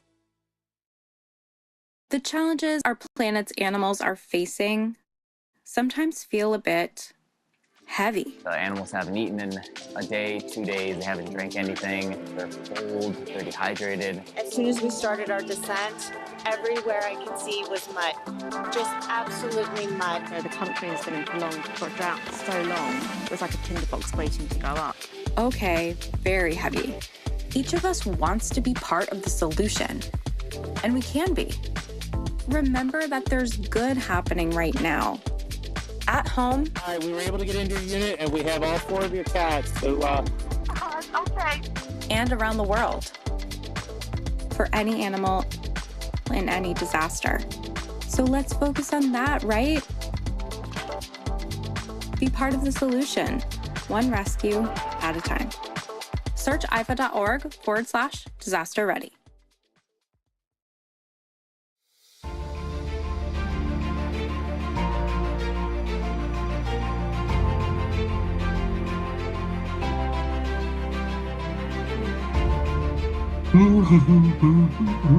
Back to the Cowboy State Daily Show with Jake and Bags. You'll recognize that guy from Saturdays on the Cowboy State Daily Radio Show. That's our Saturday dude. Also, hey, thanks, Bags, for picking me up over the spring break. Oh, you bet. My pleasure. A little bit more involved there during the week than on a Saturday. It's a little more laid back on Saturday. Yes, and I like the vibe of Saturday's show. It's just so different than what we're doing during the week. It's the same but different. It's just cool. It's just something, and it feels more magazine-like. Yeah, you nailed it. But I wanted to lighten it up a little bit. It's Saturday. The weekend's here. Had a busy week, and maybe we can focus on some fun, some entertainment, some events. And, we do cover the news when the news is the story. And so we were talking about that just yesterday, about the story that Jen did on John Benet Ramsey. Yeah, and it just so happened, as often news happens for Cowboy State Daily, you find out things in our editorial meetings. We're all getting together and we're just, shooting at the lip about what we think about this story, that story, and all of a sudden somebody comes up and says, well, I was right there during John Benet Ramsey. Yeah. I mean, I was KOA. We broke that story. I was sending reporters to cover it. I was right on the front of it. Yes. That's incredible. So let's go back 1996. I mean, 96. I'm 30 years younger than I am today, or almost 29 years ago. And let me set it up for you. So we did Colorado's Morning News, started at 5 a.m. And of course, the day before was Christmas Day. And in order to start, at that point, I was executive producer at KOA, and my primary responsibility was that morning show. And at that time, it was hosted by Gus Merkus and Steve Kelly, two of the great voices in radio, dude. They made me sound like like Kermit the Frog. They had those great radio voices. But our overnight guy was a legend. May rest in peace, Rick Barber. And Rick Barber did like 11 to 5 a.m. And every time I came in to start the show, I had to be there by 4 a.m. to get ready for a 5 a.m. start. And I'd get the first thing I did was go in the studio and sit down with Rick, because he had the scoop. I mean, he was a night owl. I mean, he couldn't live in the daytime, but he knew everything that happened overnight. And of course, we had the scanners on, the police scanners. And in those days, I think we still had the digital, or not the digital, but the AP wire machines that sounded like a typewriter. This is 1996. Yeah. Day after Christmas, and I come in and, hey, Rick, what's up? What happened? Whatever. He goes, hey, Bags, there's something happened overnight. There's a kidnapping in Boulder. And that was overheard on the police scanner. Okay. So my role at that time, we had probably a stable of maybe 6 or 7 reporters every morning. I think we were the biggest news operation in Denver at the time. I'm including the TV stations, and we had a helicopter and the whole business. But so I get on the phone, everybody's favorite phone call at 4:45 in the morning from their buddy Bags, saying, hey, here's the story. You need to go to Boulder. I won't mention the reporter's name, but sent her out there, and she did what we call an actuality in those days, a live shot, in radio. There was no, nobody could see me like they can now. But so she did that shot from there about the story that in front of this beautiful home in this fancy, very upscale neighborhood in Boulder, Colorado, of this wealthy family, the Ramsey family, that their daughter had been kidnapped. And that was the story at 5 o'clock in the morning on December 26th, the day after Christmas. So, well, it was interesting enough. And so now they were starting the search and all of those things. And that was the report that morning. And as the day developed, the story, really took on legs. And at some point, we were informed. I think I had left for the day because my hours were 4 in the morning till like 11 o'clock in the morning or noon. So I had gone. But then by the time I came back the next day, well, later in the afternoon, I heard one of the reports say that they had found a body. Okay. And that's all that I knew. I thought maybe on the search. But the next day I came in, the overnight again, Rick Barber saying that they had found her body in the house. In the house. Okay. So that's setting it up how my involvement. So now again, that morning I said, same reporter, because now it's her story, right? Send her back out, call her up. She was a little annoyed with me because she didn't quite know the whole development yet. She worked pretty much the same hours I did. And it's Christmas, and you're like, yeah, here's Bags calling you at 4:45. I say, hey, back out to Boulder, because we were in downtown Denver at the time. Yeah. And back out to Boulder, the story is developing. It's got legs. And so she goes back out there and reports and updates the story and so forth. And then just one more from that angle before we get into Jen's story. The next day, now all those details about finding the body and somebody had broken into the house and the speculation was flying the next day. Now we're talking December 29th or 28th, and 4:45 in the morning, I call up that same reporter, and let's just say she was really not happy with me. Said, "Yeah, find another story or being lazy, the same thing over and over." And then suddenly, she's out there, and we get a call from Fox News, and she's out there, and then she becomes the face of that story. And because she was out there to do an actuality in a live shot, and she ended up owning that story and going on with it. And so that. And in media, John, being the owner and the narrative of that story is so huge. I mean, whether you're a newspaper, radio, or TV, you do that different ways. Sometimes you're the first, you make the scoop. Sometimes you just, as you did, just dogged determination. Go back, and you're right there at the right time, and you're just right there. And yeah. Well, when I say it's got legs, what I'm talking about is all the surrounding stories. First of all, wealthy family, upscale neighborhood. The name was already known. Patsy Ramsey was very involved in the pageant scene herself, and then it trickled down to poor John Bonet. And then the pictures started coming out on TV of this beautiful, almost doll-like looking child had been murdered. And so the story, the narrative just took on so many angles that it turned into a story that you wouldn't have. With a murder story, it's bad enough, and it is tragic. And I'll tell you this from my personal perspective. 30 years later, and we don't know who did it, and somebody got away with the murder of a 6-year-old child the day after Christmas or the night of Christmas.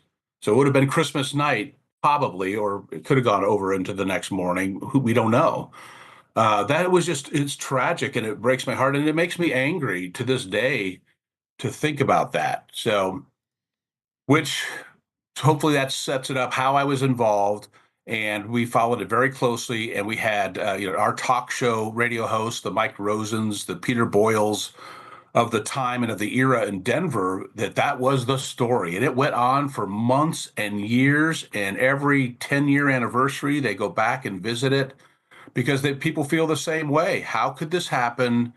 And how could somebody get away with the murder of a 6-year-old child? Yeah. And I mean, yeah, anytime a 6-year-old child, and then high profile because of the parents, high profile because of who John Bonet was and the photographs. I mean, there's every reason why this kept getting bigger and bigger. And then early on, speculation that the parents may have had something to do with it. Kids found it in her own home. Well, let me tell you this, that I thought Jen's story was fantastic. Is Jen Kocher, is that how she pronounces her last name? Yeah, Jen Coker. Coker. Yeah. Hi, Jen. Sorry. Yeah, it's all right. Still new. Her latest story picks up this old cold case, almost 30 years old now, and refocuses from we may never know to did we waste time on the parents, or are they still suspects, to a guy who was on the radar from day one as a possible dude. Do you remember early on, did we overlook Gary Oliva focusing on the parents? What happened? I'm going to tell you that I'll skip ahead all the way to today, because it's been a lot of people believe, and I lean this way, that it was an accident and that the parents were involved. Here's why. The morning of the body being discovered and being reported as a kidnapping, the police are there, in full regalia. 5, 6, 7 police are there, and they're already in the process of searching for a missing child. All of a sudden, up from the basement comes John Ramsey carrying his dead daughter, JonBenét, and he presents her body to the police. Yeah. And John, it was not a stupid man, very wealthy, very successful. And I know, man, I mean, God forbid, right? I don't know how I would react or what I would do, but what I think I wouldn't do, speculating, I have no idea what I would do, but what I wouldn't do is destroy a crime scene. Yeah. That's what I don't think I would do. I would be screaming for those cops, police officers and the detectives, to come downstairs, run up there screaming and yelling, my daughter's here. I found her. She's in another room, which was away from her bedroom. So she had been taken there. And now she's in that room and she's tied up, right? And there's a broken window. My view is that it was set up to look like an outside intruder, because the glass from that window was not found inside. The glass, it was like somebody inside broke it, and the glass went out, like they wanted to make it look like an intruder situation. Okay. Yeah. Again, some of this is, maybe I'm not hitting every detail of it, but these are and then the footprints in the snow. It had snowed the days before up to that point, and there was snow, and there were no tracks outside that window, that basement window. Yeah. That's also, but some people have come up with maybe credible, this is why that, and this is why this. But in my opinion, it didn't overcome the suspicion. And we finally get to the point where my opinion is that it came out, the story was that JonBenét was a bedwetter, okay? 6-year-old child. And this is in a family where appearances are everything. And the mother, some say that they believe, and again, I'm totally speculating because I don't know the true, but that it was an accident, and that she was very upset with JonBenét, and something happened in her head or whatever, don't know for sure.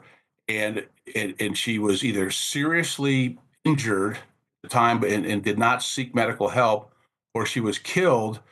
And Patsy and John worked together to hide that fact.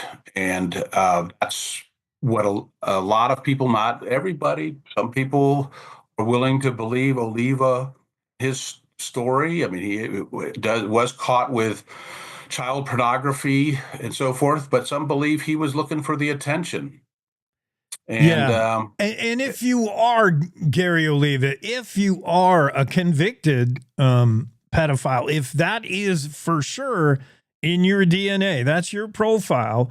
It's easy to believe that he may have had something to do with John Benet Ramsey, but it's also just as easy to believe if that's your thing, if you love the idea of attacking little kids and causing them harm, this is jackpot for you. Yeah. You probably wish you were that guy, even if you weren't. So I don't know. And you're right. The dad what would you do if you were a father? You would report as a kidnapping because the kid's missing. You don't know a murder yet. You would report that makes sense. It's a kidnapping. My kid's gone. And then you find the kid. I cannot think my first inclination, and not because I'm thinking about destroying DNA. I don't know if my mind even goes there, destroying the evidence of the scene. I would just be like, I wouldn't, I wouldn't try to figure out if she's alive. But then, the first thing I would do is yell out, like, somebody come see what I'm seeing. Yeah. I would not pick her up. I could see holding her and hugging her and crying over her body. But remember, the police are there. Yeah. So it's not like she was, he was going to bring her someplace where she would be safe now, that she wasn't safe in that basement room. But again, I just am not one of those that believes that, of course, the DNA evidence, okay, there's no question that crime scene was compromised in a lot of ways. Yeah. No question. But in my mind, it might have been on purpose. And because they tried Oliva's DNA and other people, there were other people who were suspected of this, people who had history of maybe child pornography or something related to that. So they had DNA evidence, and it wasn't Oliva's and it wasn't John's, but I don't know. Here we go. And ladies and gentlemen, I am speculating. These are my opinions. I don't know who did this. But Burke, how is he involved?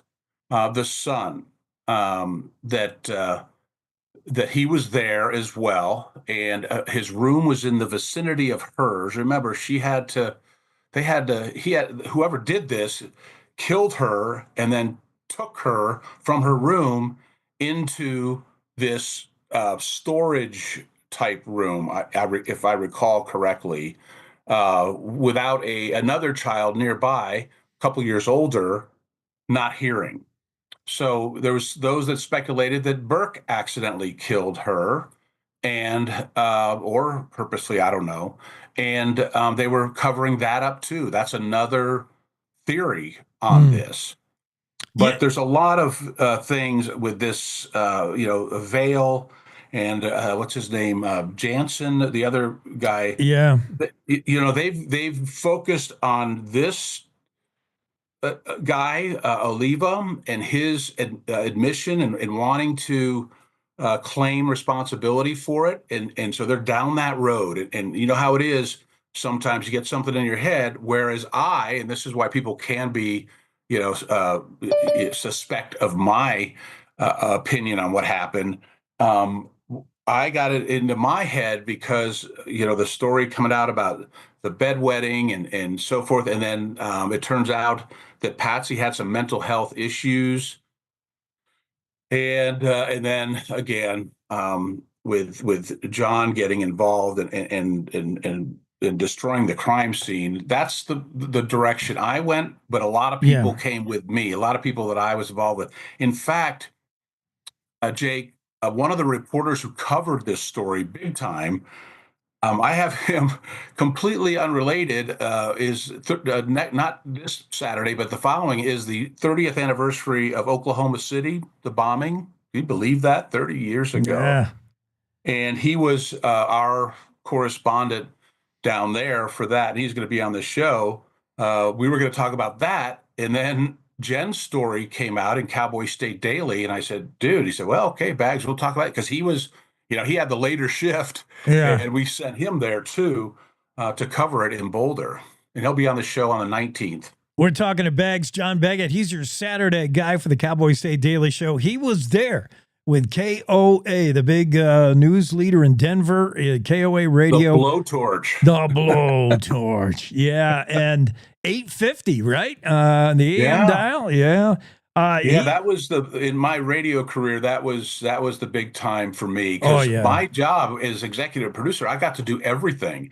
When somebody was sick or didn't show up for whatever reason, I'd sit down and do 4 hours of talk radio. If they needed another reporter, like real bad weather, I was bags on the street covering the big snowstorm or the big fire. If we were shorthanded on reporters, I got to fly in the helicopter, dude.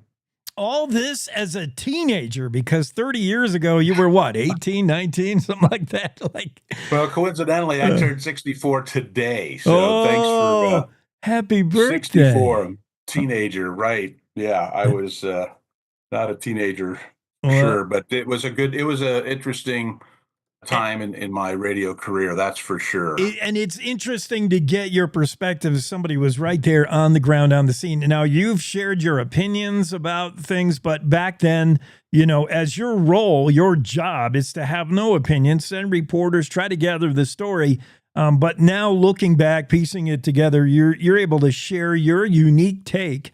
And now, suddenly from Jen Coker's story, I'm listening to you and I'm thinking, well, that's why investigators were all about the family. There's a lot of things that rather than some random stranger breaking into a house on Christmas, or it just ignores what seems to be the obvious. This has to be an internal family. I don't know. I don't know we'll ever know, but it's in the news again. And I don't blame people. Some guy comes out and confesses that he did it, and he's in prison for having child pornography. So I don't blame one soul for going that way. That seems credible to me too. Too easy. Yeah. But the bottom line is, it is tragic. It is just unbelievably sad to me, especially people who are around it at that time. That this has gone. I can't wait till they find this jerk, this psycho, and it never has happened. Now I'm an old man, and it still hasn't happened. And I'm seeing pictures of this beautiful little girl again because it's coming up on the 30th anniversary of her murder, and we still don't know for sure. Terrible. Well, thanks, Beggs. We'll see you Saturday. I'll see you later today, but Saturday, the rest of the world will see you. Right on. You have a good one. Good to see you again. Welcome home. Thank you. John Baggett, bringing unique perspective to Jen Coker's story about John Benet Ramsey. We'll come right back with Jackie Dorothy in the Zoom room after these. It's the Cowboy State Daily Show with Jake. Wyoming is the cowboy state. From corner to corner, there are so many stories to be told, and more cowboys and cowgirls are turning to the Cowboy State Daily News team to keep them in touch with what's happening both locally and in other parts of Wyoming. I'm Riley Strand, videographer and production assistant for Cowboy State Daily Video News. We're proud to bring the most important stories to our viewers every day. The stories that start conversations, the stories that make us laugh, the stories that make us think. Our experienced journalists at Cowboy State Daily are crisscrossing the state every day, talking to those who know the news best. Every day, host Wendy Core and I talk to the reporters who are covering the topics, issues, and people that are important to Wyomingites. And in our daily newscast, we bring you those stories. Tune into the Cowboy State Daily Video Newscast every morning, only on CowboyStateDaily.com. You're listening to the Cowboy State Daily Radio Network. Julie was always a voracious reader. She'd carry 2 novels on an airplane because she'd read one on a 3-4 hour ride. And at some point, I began to notice that she would read a page and couldn't remember what she had just read, and she'd have to go back and read it again. I don't remember much these days after I read, but less does for me, and I love it.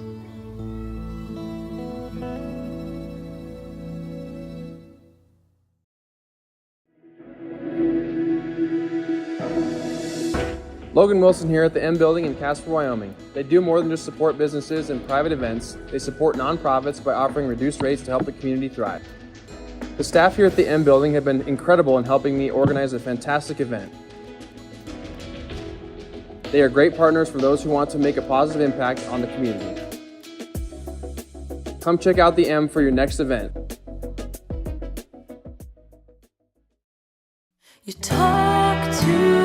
In every family, small conversations can make a big impact. I grew up on tour with my parents. Kind of different, but we bonded over music just like other families do over sports, camping, or other interests. And we talked. Little everyday conversations from silly to serious that built a foundation over time. Honest conversations, like when my dad shared his experiences as an alcoholic. Your honesty about that part of your life gave me a sense of integrity that I wanted to uphold in my own life. And I was so grateful that you and Mom had become these sober, stable people who were always there for me. I wanted you to know from someone who's been in recovery more than 30 years now that hard work is what creates success, not alcohol or other drugs, whether it's music or anything else. I said it a lot, and I'm glad you took it to heart. Talk, they hear you. For more information about talking with your kids about underage use of alcohol and other drugs, visit underagedrinking.samhsa.gov.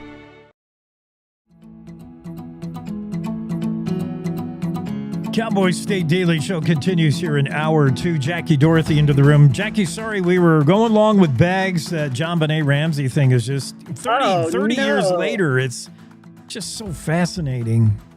It is. I remember when that happened. Mm-hmm. Unsolved crime is just so weird. All of us want resolution. We want to know the end.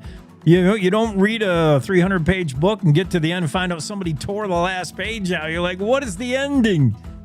Who did it? I know. That'll torment you for the rest of your life. What's going on in your world? Good to see you again. You as well. I was just wondering who did that to you, tore out that last page.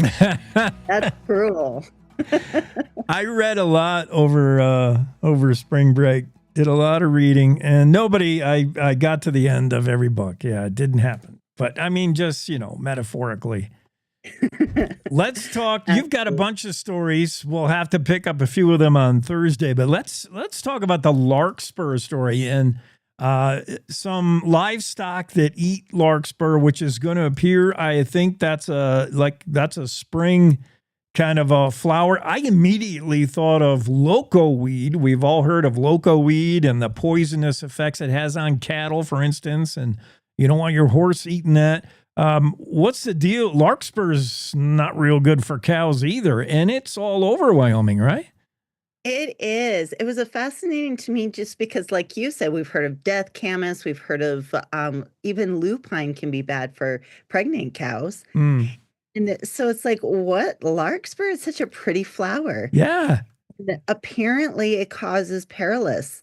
It paralyzes the cows when they eat it, and then that's the majority of what they eat. And so I've been getting a lot of emails back from ranchers. They're like, put the sheep in first. It doesn't hurt the sheep. But mostly what ranchers in Wyoming do is that they know where the larkspur is, and they try to keep their cows out of it. I stumbled on this story because I was talking to rancher Eddie Schaefer, and he told me about how he was standing there and one of his cows just fell over. And then another one fell over. And he's like, I poisoned my cows. He thought he did it with the hay.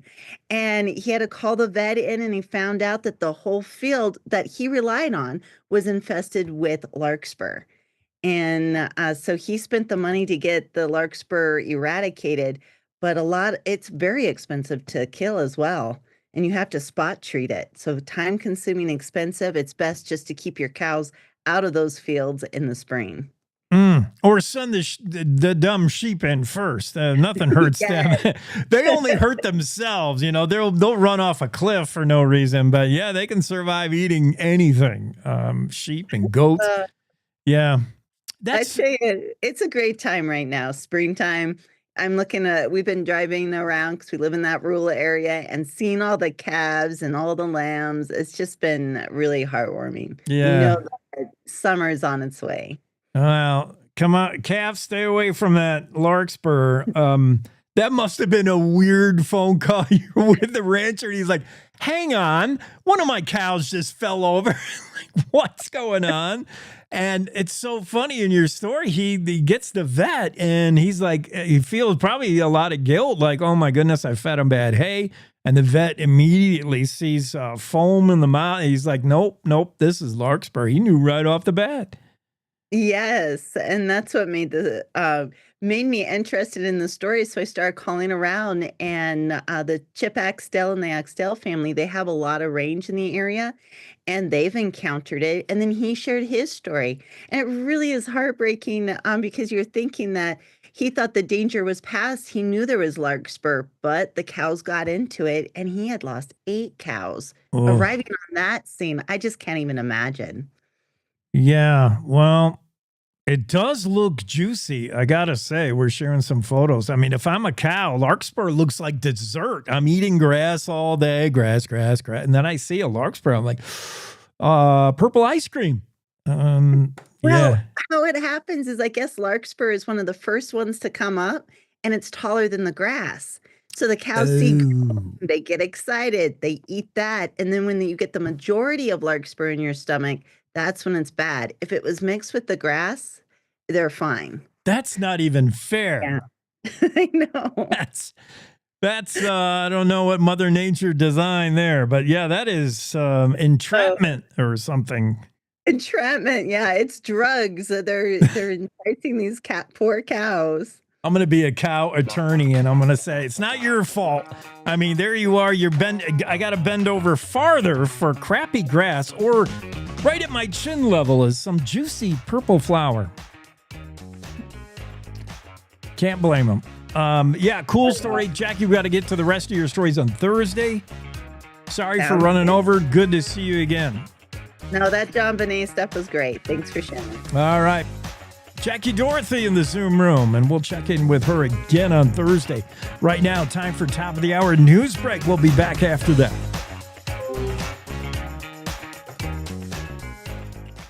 It's time to take a look at what's happening around Wyoming for Tuesday, April 8th. From the Cowboy State Daily Newsroom, I'm Wendy Core.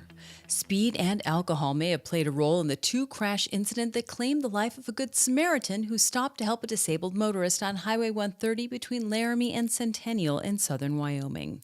18-year-old Regan Schaefer, a student at Wyotech in Laramie, had stopped to assist the driver of a Ford F-150 that was involved in a single-vehicle crash the evening of March 23rd. A second F-150 headed west toward Centennial T-boned into the crashed truck a little after 10:30 p.m., striking Schaefer and killing him at the scene. Now, Cowboy State Daily's David Madison reports that the 18-year-old driver of the truck involved in the initial crash is being charged with driving while under the influence. But the driver of the truck that killed Schaefer is facing no charges. On a snowy night, Highway Patrol said visibility was terrible. There's no lighting on the roadway. And this driver, a 49-year-old from Centennial, basically T-bones into the disabled F-150, and Regan is in the wrong place at the wrong time and loses his life there. Nathan O'Leary of Sheridan was ticketed for DUI, open container, minor in possession of alcohol, and failure to maintain a single lane of travel. One of Wyoming's most beloved first ladies has died. Sherry Geringer, wife of former Governor Jim Geringer, died on Saturday at the age of 79. She was the Wyoming First Lady from 1995 to 2003.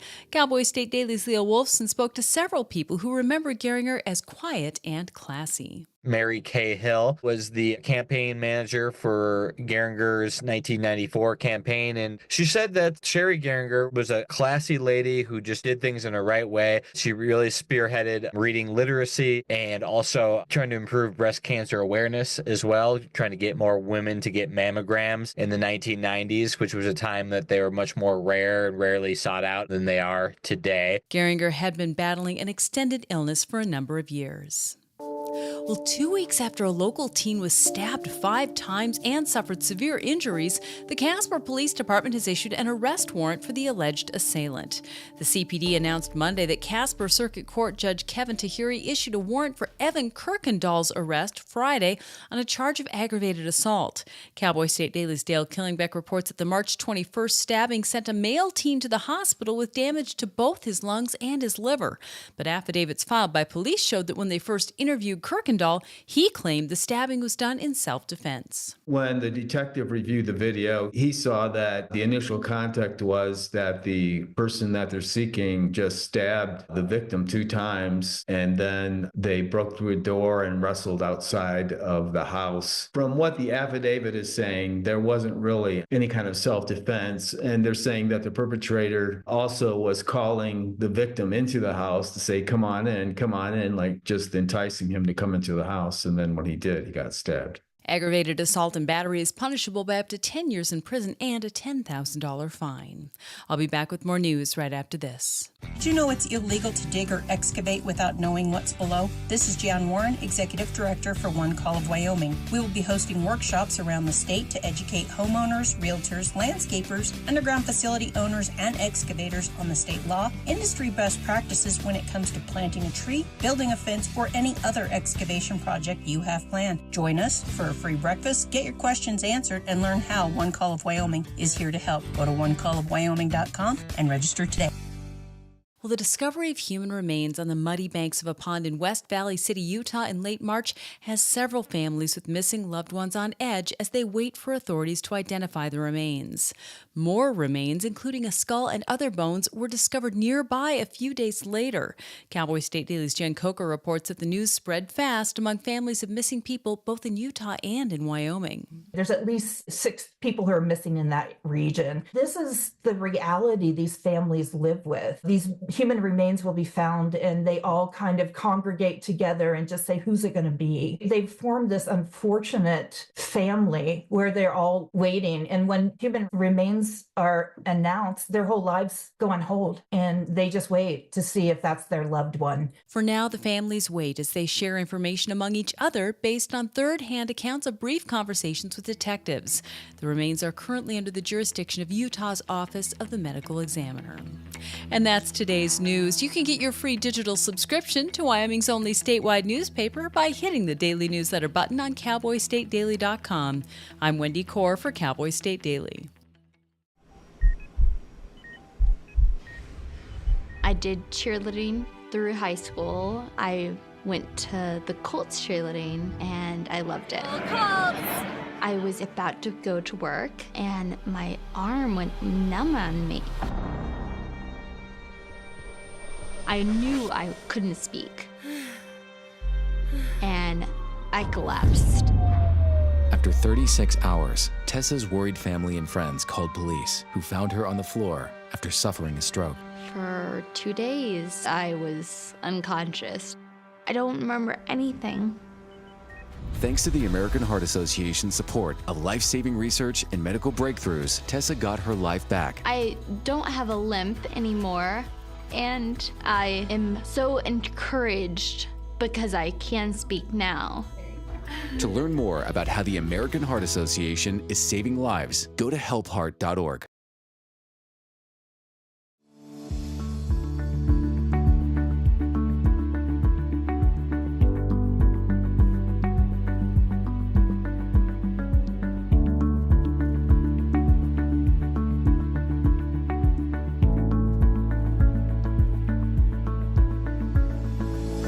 Cowboy State Daily Show with Jay continues here in hour 3 on a Tuesday.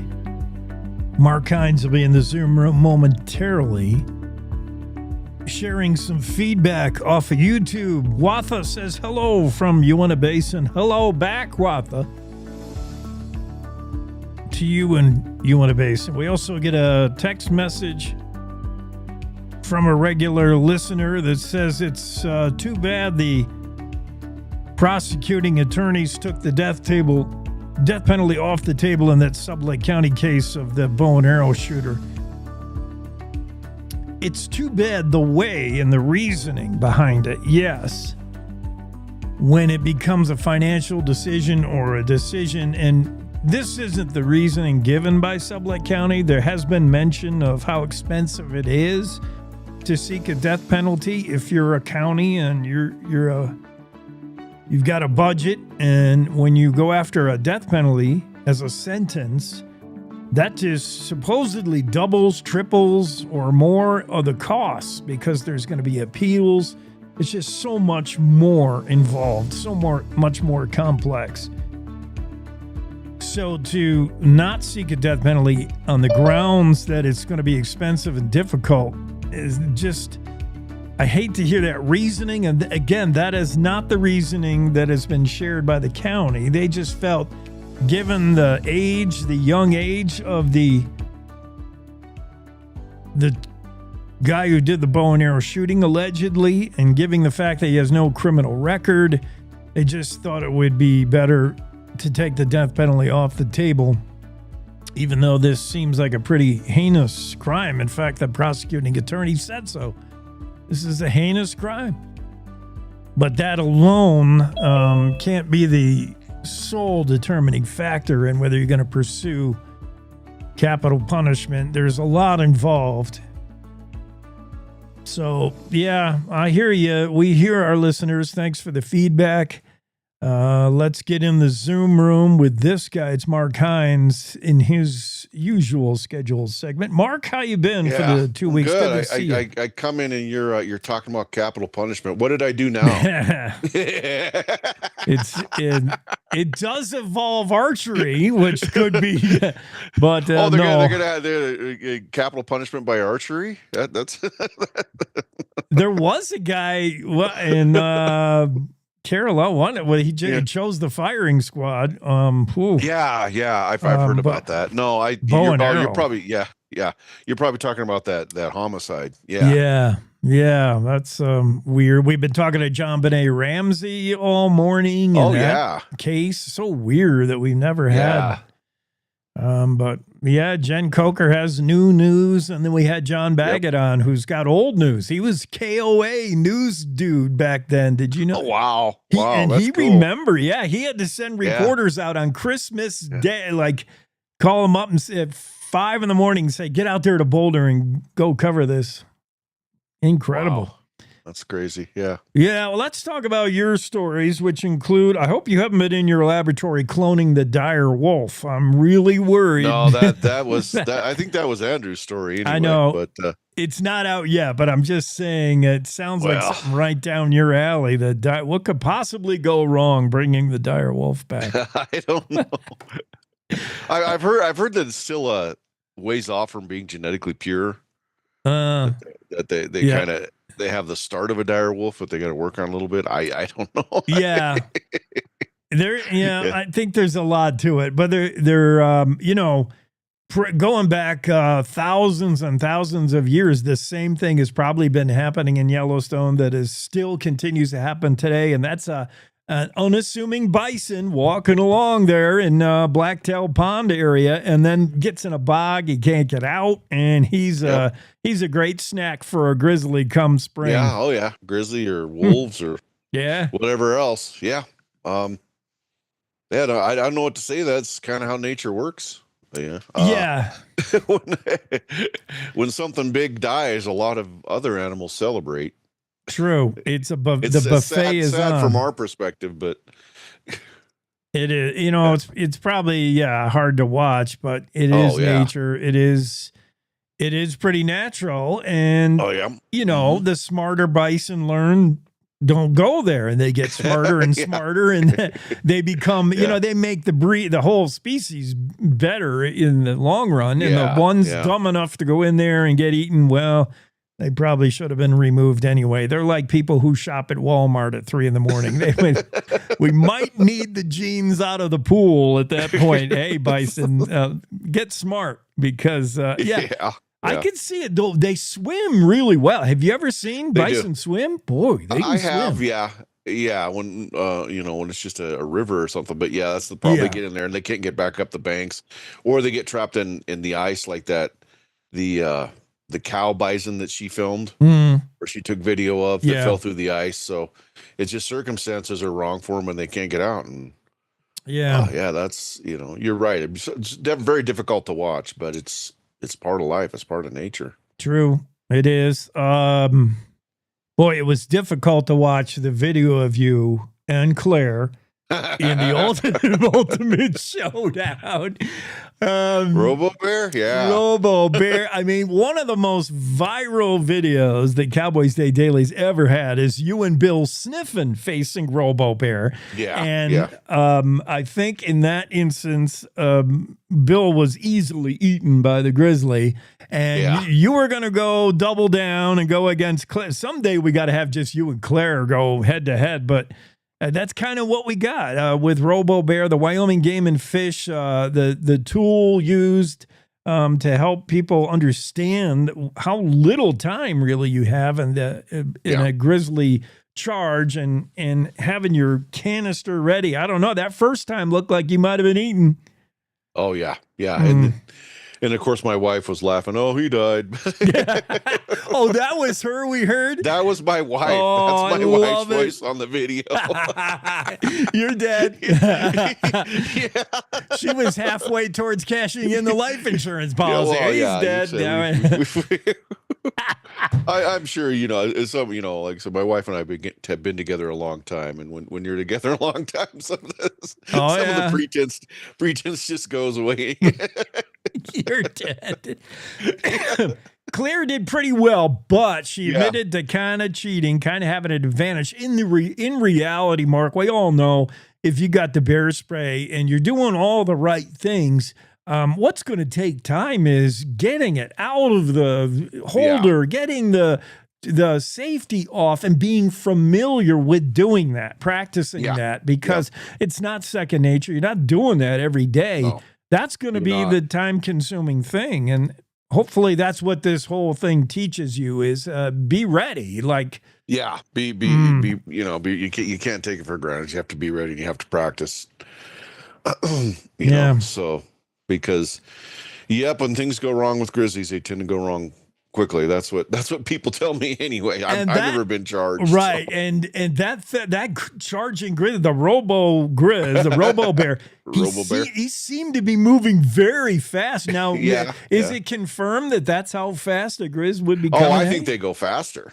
Oh boy, I don't think grizzly bear even goes as fast. Or I don't think Robo Bear even goes as fast as a real grizzly is capable. Oh man. That he's just there to kind of give you an idea. He's not. He almost ran right through the sandbags and got you on that one. He really, he wanted to get Claire and I. That was fun though. That was a great video. Next year, I can't wait to see who you reenact it with again. It's been one of the favorite things we look forward to. A lot better than that skunk video. This skunk. That you had a story about, this fearless skunk. He finds some roadkill. Usually skunk is the roadkill, but in this case, the skunk took advantage of something.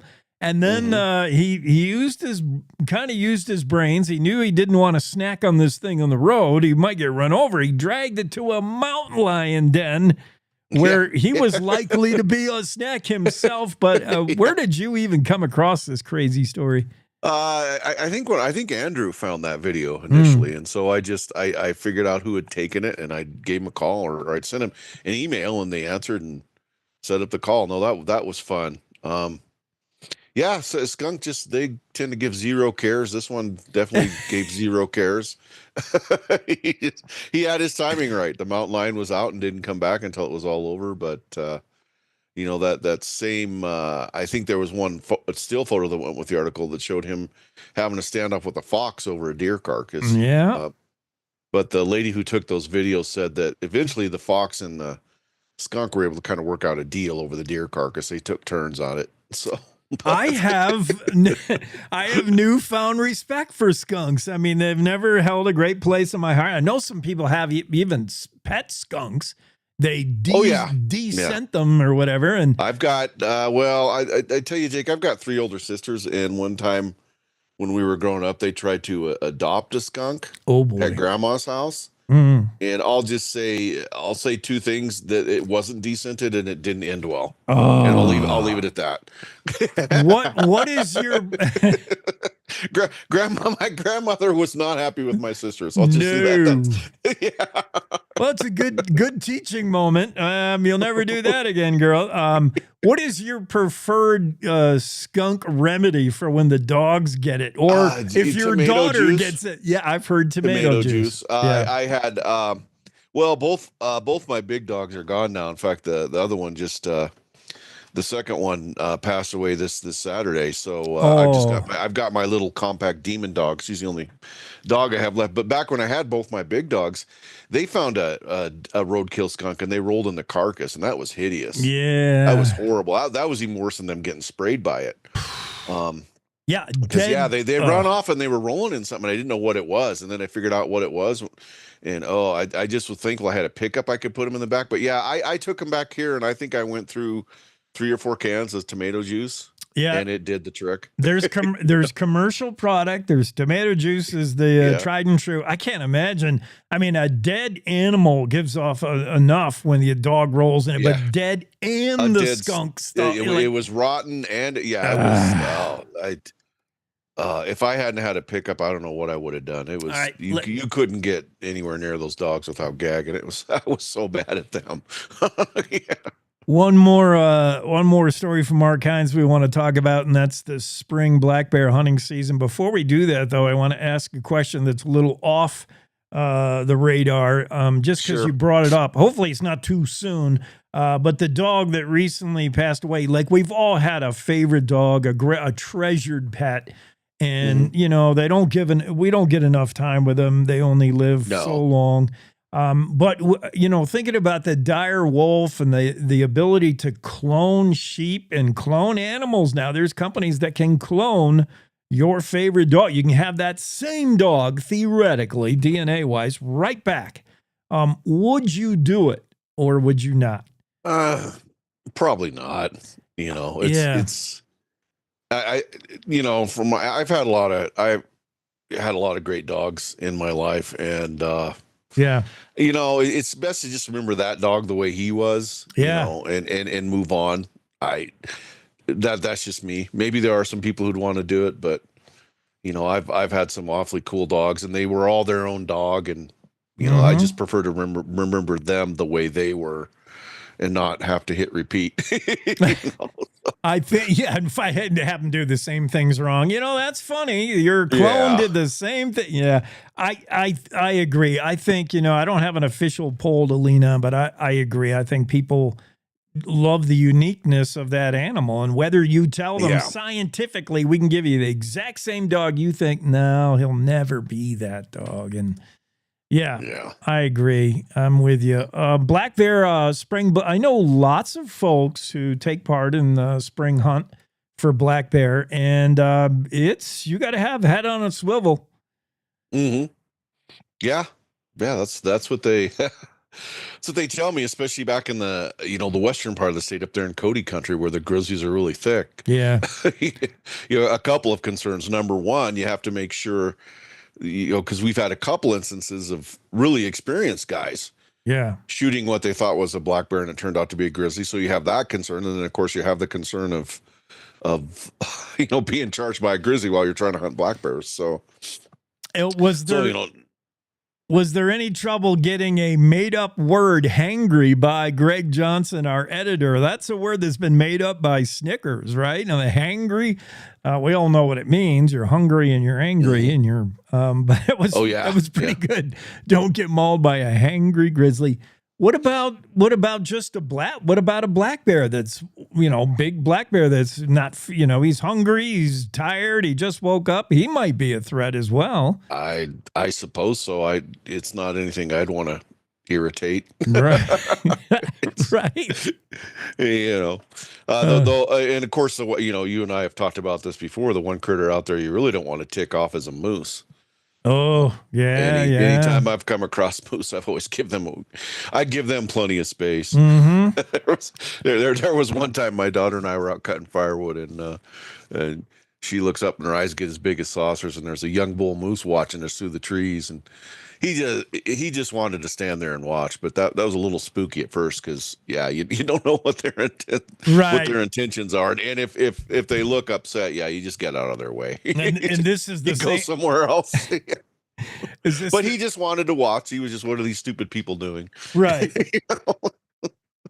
And ended with no one hurt in that scenario. No, but is no. this the same daughter that theorized a pet skunk at one time? You have to worry when she also. Well, no, sees that it. was my sister. Oh, all had right. a pet skunk. Yeah. All yeah. right. No, my daughters haven't tried a pet skunk yet. so often Mark Hines stories alert us to the need to be aware when you're tiptoeing around in the forest, whether it's hangry grizzly bear or a crafty skunk that's dragging away his roadkill. There's a lot out there that could really mess you up. Maybe even a moose. Thanks, Mark, for popping in. Sure. Appreciate Have a good it, one, buddy. Jake. Bye.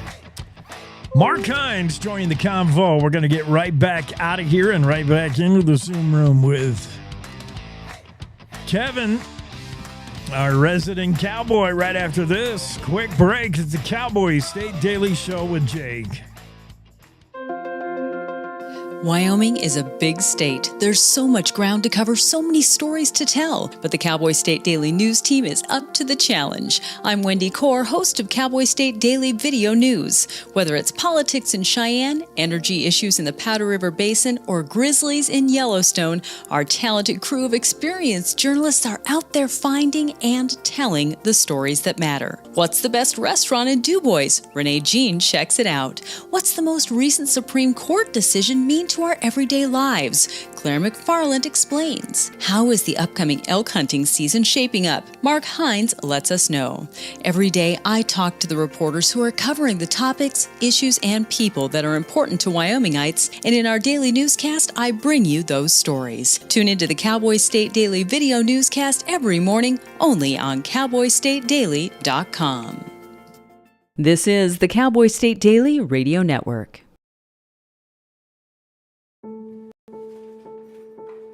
We all make choices. When it comes to alcohol, kids make choices whether to drink or not. Bye, Dad. Bye-bye. Remember, I'm going to Alex's party tonight and sleeping over. Have fun. Hey, have a seat for a second. Remind me about that party again? Alex is just... And adults make choices whether to talk about it. That's true of parents and every other trusted adult in a kid's life. Kids want to know our expectations when it comes to alcohol and other drugs. They want guidance and honest answers to their questions. And it makes a difference when the message is consistent and part of everyday conversations. So talk with your kids and help lead them on a positive path. Because when you talk, they hear you. For more information about talking with your kids about underage use of alcohol and other drugs, visit underagedrinking.samhsa.gov.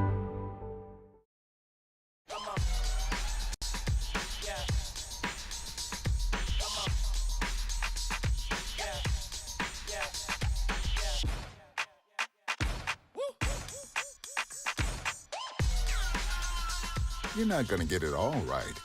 Just make sure you nail the big stuff, like making sure your kids are in the right seat for their age and size. Get it right at nhtsa.gov/the-right-seat.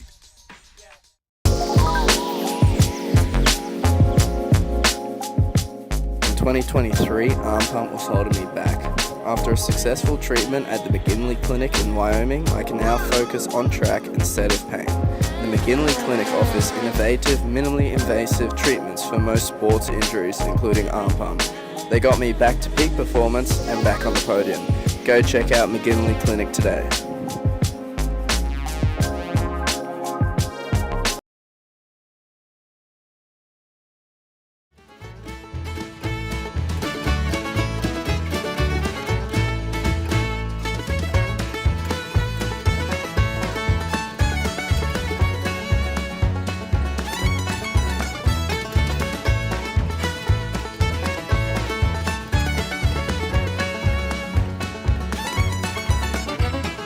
Yeehaw! Into the Zoom room with Kevin Meyer. Let me put your cowboy up there. There he is. Kevin, how you been? It's been a couple weeks. Well, the prodigal son has returned.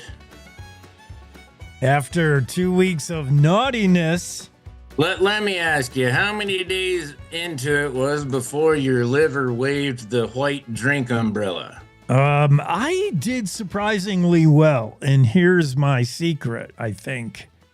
Because I'm not a big, not like I was in college years. I don't drink like, can't drink like that anymore. And I don't drink much. But I drank a lot in Mexico, but I'm at sea level. It makes a huge difference. Drinking at elevation, Kevin, at 7,000 feet, the beers hit you harder, everything hits you, and then you pay for it the next day way more with the hangover. I can drink at sea level all day long, especially if it's beer. I get a lot of cowboyism. When back in the old Westerns, you'll hear a cowboy say, it's only beer. You can't get drunk on beer. I totally believe that when I'm in Mexico. I can drink Modelo and sweat it out all day long and not, it's I'm going to take a lot harder stuff than that, which by day 2, I was on to the tequila. Yeah, I always remember the movie El Dorado. And then also Rio Lobo, they were basically the same John Wayne movie, but in Rio Lobo, they cure Dean Martin's alcoholism to whiskey by giving him beer. Yeah, it's water. It's like cowboy water. Yeah, there's some truth to that because I drank enough beer to, yeah. But, this is all done in a safe, controlled environment in a laboratory called the poolside or the beach. No driving involved. And people just kept bringing me Then drinks. You got back home just in time for National Beer Day. Yeah. I had to crack one because I didn't have coffee. I got home and I forgot that I was out of coffee. And, I'm too far from the store at 5 a.m. Well, as you found out on your vacation, you can't drink all day if you don't start early. There you go. Good words of wisdom that's why we hire you, man. Whatever we're paying you, we got to double it. Yes. That would be great. I would appreciate that. Good words of wisdom. Let's start off with this idea. Do you think it'll ever work? I don't know. I'm reading this in the Rocket Miner, but it's also, I think it originally appeared in Wildfile. Yeah. It's Mike Kirschmel's story about the feds plan to remove all wild horses from 2.1 million acres of Wyoming's checkerboard starting in July. This is going to be a couple years in the doing. Monday, the federal agency, the BLM, announced in a 47-page environmental assessment the outline plan to, and the BLM's been doing horse gathers, wild horse gathers. They've been picking and choosing. They've been herding them up, rounding them up.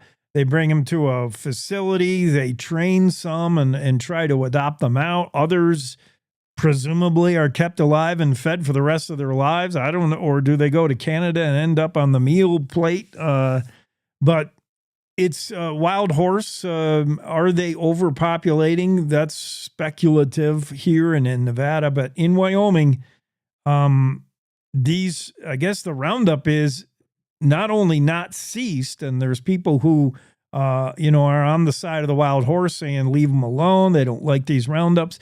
Now the BLM says they're going to go get them all. I mean, they're going to try to get every horse first. A 1,125 free-roaming horses in the Salt Wells Creek herd, 736 in the northwest portion of Adobe Town, and then in 2026, they'll begin with 894 estimated horses in the Great Divide Basin herd. The BLM says they're going to go and get every wild horse they can get. Is that even possible, Kevin? And I don't know. What are your thoughts on wild horses? Are they overpopulating? Can they control their own population? Are they become a scourge on the Western Front? Or what's going on with wild horses?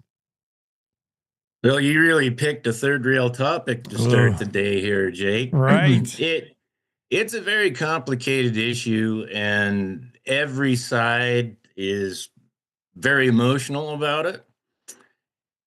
there's no way they're going to be able to gather all of those horses. They'll be able to get a great majority of them, but there's no way they're going to get all of them. It's too vast a country. There's too many of them, and that's the big issue, is what do you do with them? There still is the adoption program, and it was really successful for a while. It has slowed quite a bit. And this is something that a lot of the people who are really, really in love with the wild horses don't get, is they are a wild horse. They're not all going to be trainable. They are feral animals, no different than a feral cat. Some feral cats will make a pet, some won't. Some of these wild horses will turn out to be able to be trained and make a great horse. Some of them won't. But here's the issue that they've run into, besides the interactions and headbutting with private landowners, is there are herds in Wyoming that are starting to get so inbred, they're starting to see foals that are born blind. There's starting to be other birth defects in them because they don't have enough genetic diversity.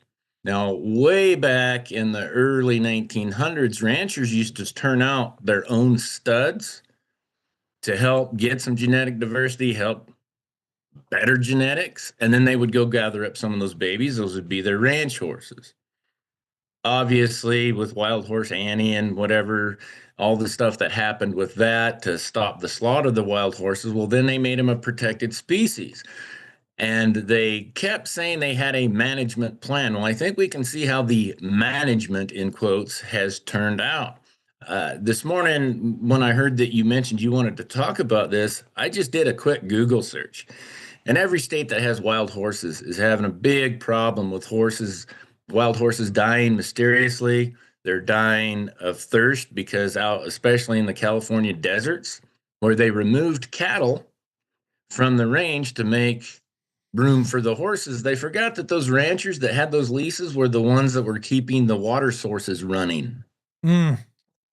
So if no one's out there to turn on the water, and I saw a government report where one of the problems they have out in Nevada, especially around urban areas, is it's illegal to feed these Mustangs, but people will go out and try to put some hay out for these Mustangs. Well, the wild horses have figured out when they see the police with the lights on, that means somebody's getting a ticket for putting hay out. And so the wild horses will come out of the hills. Now, as to your last question about what happens to them, there was a big push in the government for ranchers, and there's a lot of them down in Oklahoma, where rather than running cattle on the lush pastures of Oklahoma, they'll just turn out wild horses, just leave them there. It's a sanctuary. They live out their days. That's great, except we've about run out of people to do that. So now they're putting them in basically glorified feedlots that they never get out of. There is one just north of Wheatland. And I drove by there, and I don't know how many. They have well over 1,000 horses in that facility. It was about 29 degrees that day. The wind was blowing about 50 miles an hour. There's no wind breaks. All they are is in dry lots, getting fed hay, and they got clean water. But for all the people who love the majestic Mustang, that want to make sure that they get to live out their lives, well, what kind of life is that for a wild animal? You're right. There is a whole lot to it. We can focus on any of the aspects of it, including what do you do with them when you round them up? Yeah. Is that any kind of life? Even if you feed them forever, they're basically in prison. They're no longer a wild horse. That's for sure.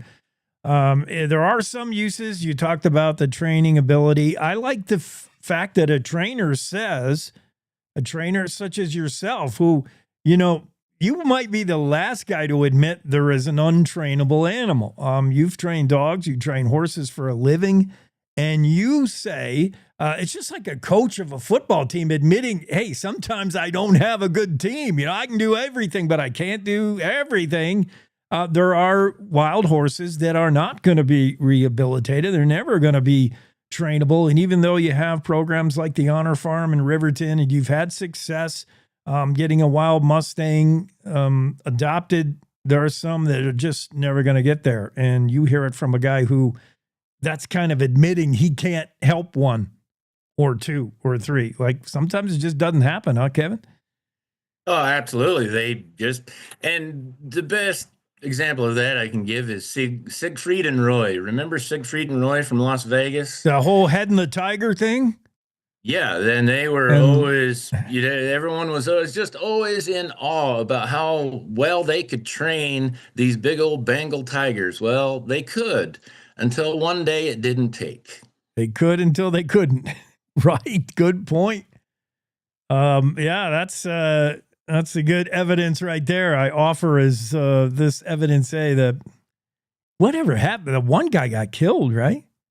Yeah, the one guy got killed, and I think the other one died. The other one a couple years ago. Yeah.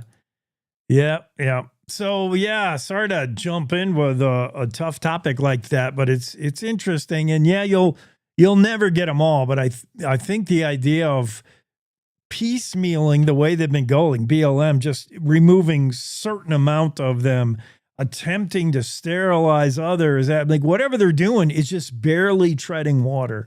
And you end up with a whole bunch of horses you're going to feed forever, theoretically, in a life that, isn't great for a wild horse. So rip the Band-Aid and go get them all. But you'll never get them all. There's going to be that wily stud that escapes and gets away. There'll be some, mares tucked down and some coolie that you don't see. You won't get them all, and we'll be right back here again in another 10, 15 years. But I don't know. There's no right and wrong, and there's a lot of sides to it, and it's very complex. You want to go to something easier now? Sure, why not? The dire wolf.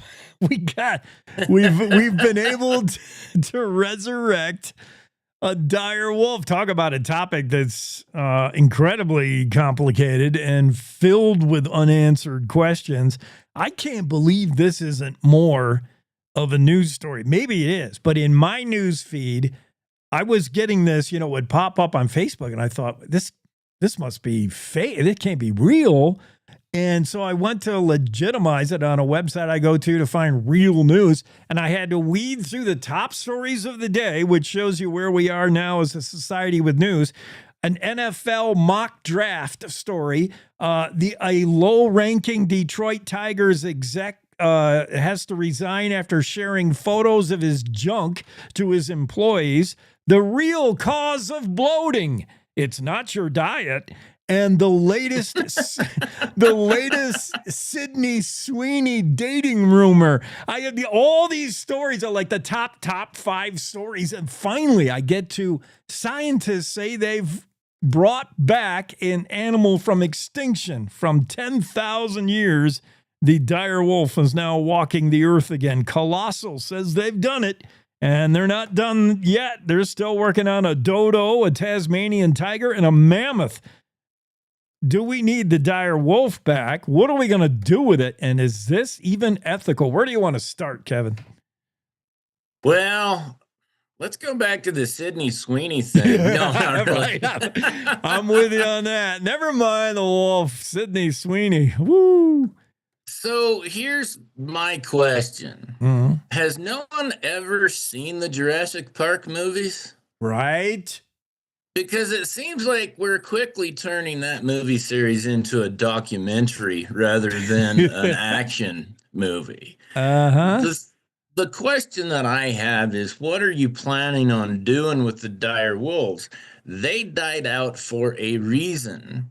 And my guess is that reason is more environmental than it was human caused, although there's a lot of people that would love to blame humans for the extinction of everything. Yeah.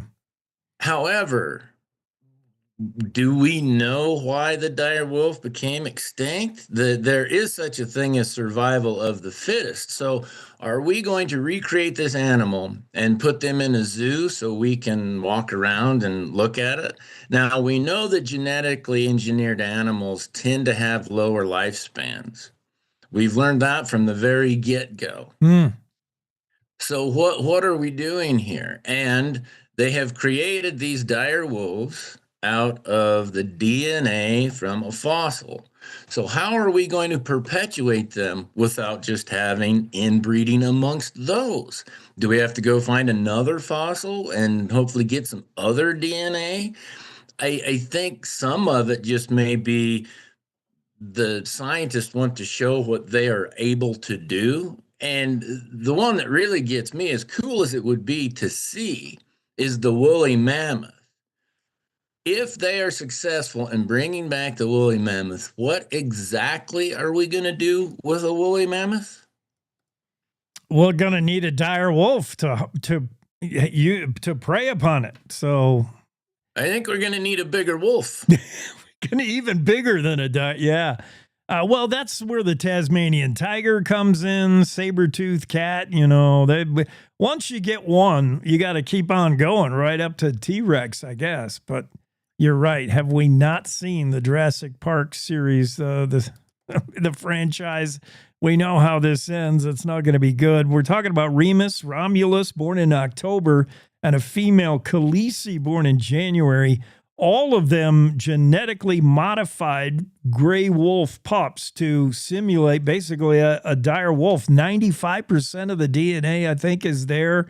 But careful, new scientists among some experts that say this isn't technically a dire wolf. This is close, but even the species share 99.5% of their DNA, a gray wolf and a dire wolf. So 99.5%, just as we share, 99% with a chimp. But look at the differences with me. Now, for you, Kevin, compared to a chimp, that might appear a lot closer.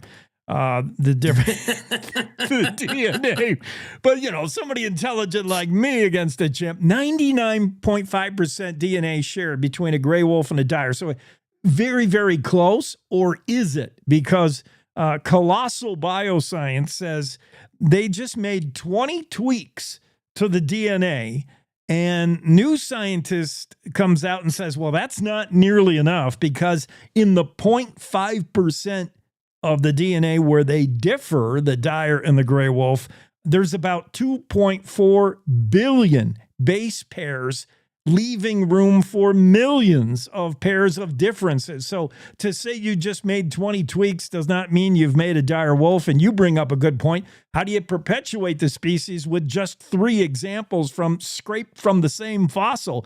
You're going to get a real dumb dire wolf with genetic problems. He's going to be cross-eyed, deaf, and probably mad at humans. Yeah. He's going to be looking to eat somebody.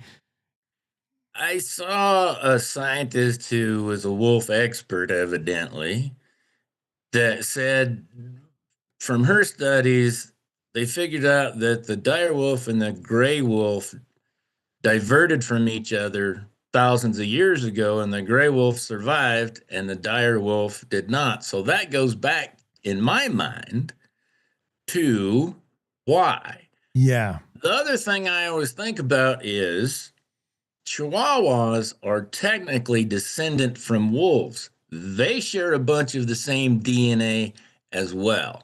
So, yeah, is it truly a dire wolf, or is it just a white gray wolf? And are we just watching a bunch of scientists stir a stick around in a petri dish to see what they can come up with? I think it's scientists just proving we can, because there's no ends to a mean. We have no goal. What is the point? What are we going to do with these dire wolves? You're not going to release them back into the ecosystem. Well, and look, the scientists share the same DNA as that criminal genius who did that great escapade, that great crime in Casper of driving off with the Pokemon card. Yeah. Those two individuals have the same DNA. Now, I think we could make Ocean's 14 out of that little caper. I mean, he really thought that out. And yeah, he and the guy he stole the card from met on what I am sure is the saddest Facebook group ever. High dollar Pokemon card trading. And I'm not sure what I'm more offended by. His lack of planning, of just thinking he could drive off with it, or the fact that there's a Pokemon card worth $3,000. There's a lot to be really worried about. You're right.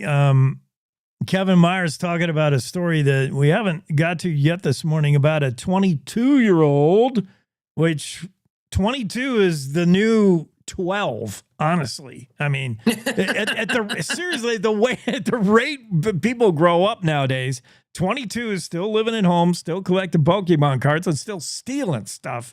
He hatched this plan out of a Ford hatchback with temp tags. It's like so many red flags in this. 22-year-olds, trading Pokemon cards online, agrees to meet a dude and then says, well, let me look at the card. Oh boy, mistake number one. If you're the seller, don't let anybody touch the merchandise. You've seen that movie? You don't open the suitcase full of cash until you know you've got the kidnap victim. So let me see the merchandise. You don't hand it over.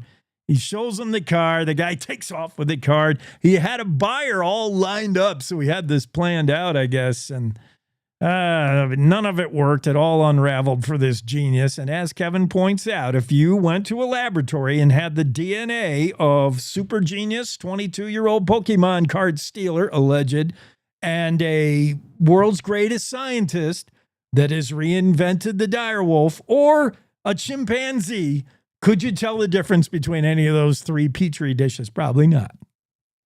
Scary. Maybe we could meet in the middle. Maybe the scientists could just make Pokemon cards of the direwolf and everyone would just be happy. Problem solved. That's why we have you on every Tuesday, fixing the world one horse at a time. Genius.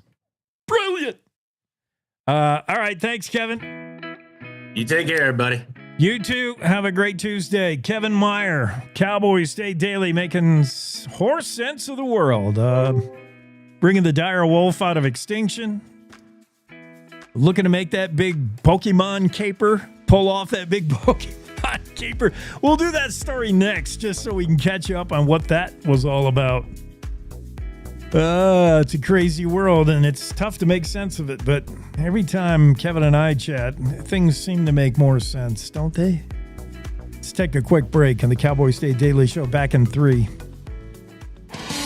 Want to stay in touch with what's happening around Wyoming? I'm Wendy Core, host of the Cowboy State Daily video newscast. From Mountain View to Upton, from Jackson to Cheyenne, our reporters are out there finding and telling the stories that matter. Every day, I talk to the talented journalists who are covering the topics, issues, and people that are important to Wyomingites. And in our daily newscast, I bring you their stories. Tune in to Cowboy State Daily video news every morning, only on CowboyStateDaily.com. Wyoming is a big state. There are so many stories to tell, and here at Cowboy State Daily, we pride ourselves in bringing those stories to you every day. I'm Riley Strand, videographer and production assistant for Cowboy State Daily Video News. Every day, host Wendy Core and I talk to the experienced journalists who are covering the topics, issues, and people that are important to Wyomingites. And in our daily newscast, we bring you their stories. Tune in to Cowboy State Daily Video News every morning, only on CowboyStateDaily.com. You're listening to the Cowboy State Daily Radio Network. Who can you turn to for news you can trust? Your local TV and radio broadcasters. You trust us to keep you safe during times of crisis and to deliver the weather, sports, and entertainment you rely on every day. We bring you the facts you need to make decisions that matter. And as misinformation floods social media, you can trust your local stations to deliver the truth. Text TV to 52886 and tell Congress you rely on your local stations for trusted news. You handle the healthcare, we'll handle the marketing. In need of a spark for marketing your medical practice? Loom Studio provides creative and strategic healthcare marketing that illuminates the path to bigger and better experiences for your business and your patients. We specialize in branding and design, social media, website design, SEO and SEM, not to mention content creation, public and media relations, and marketing metrics to ensure you're getting results. If you're looking to increase your patient engagement and retention, enhance your community impact, and streamline your marketing efforts, our team is ready to help you achieve your goals. Contact us today and learn more at loomstudio.com.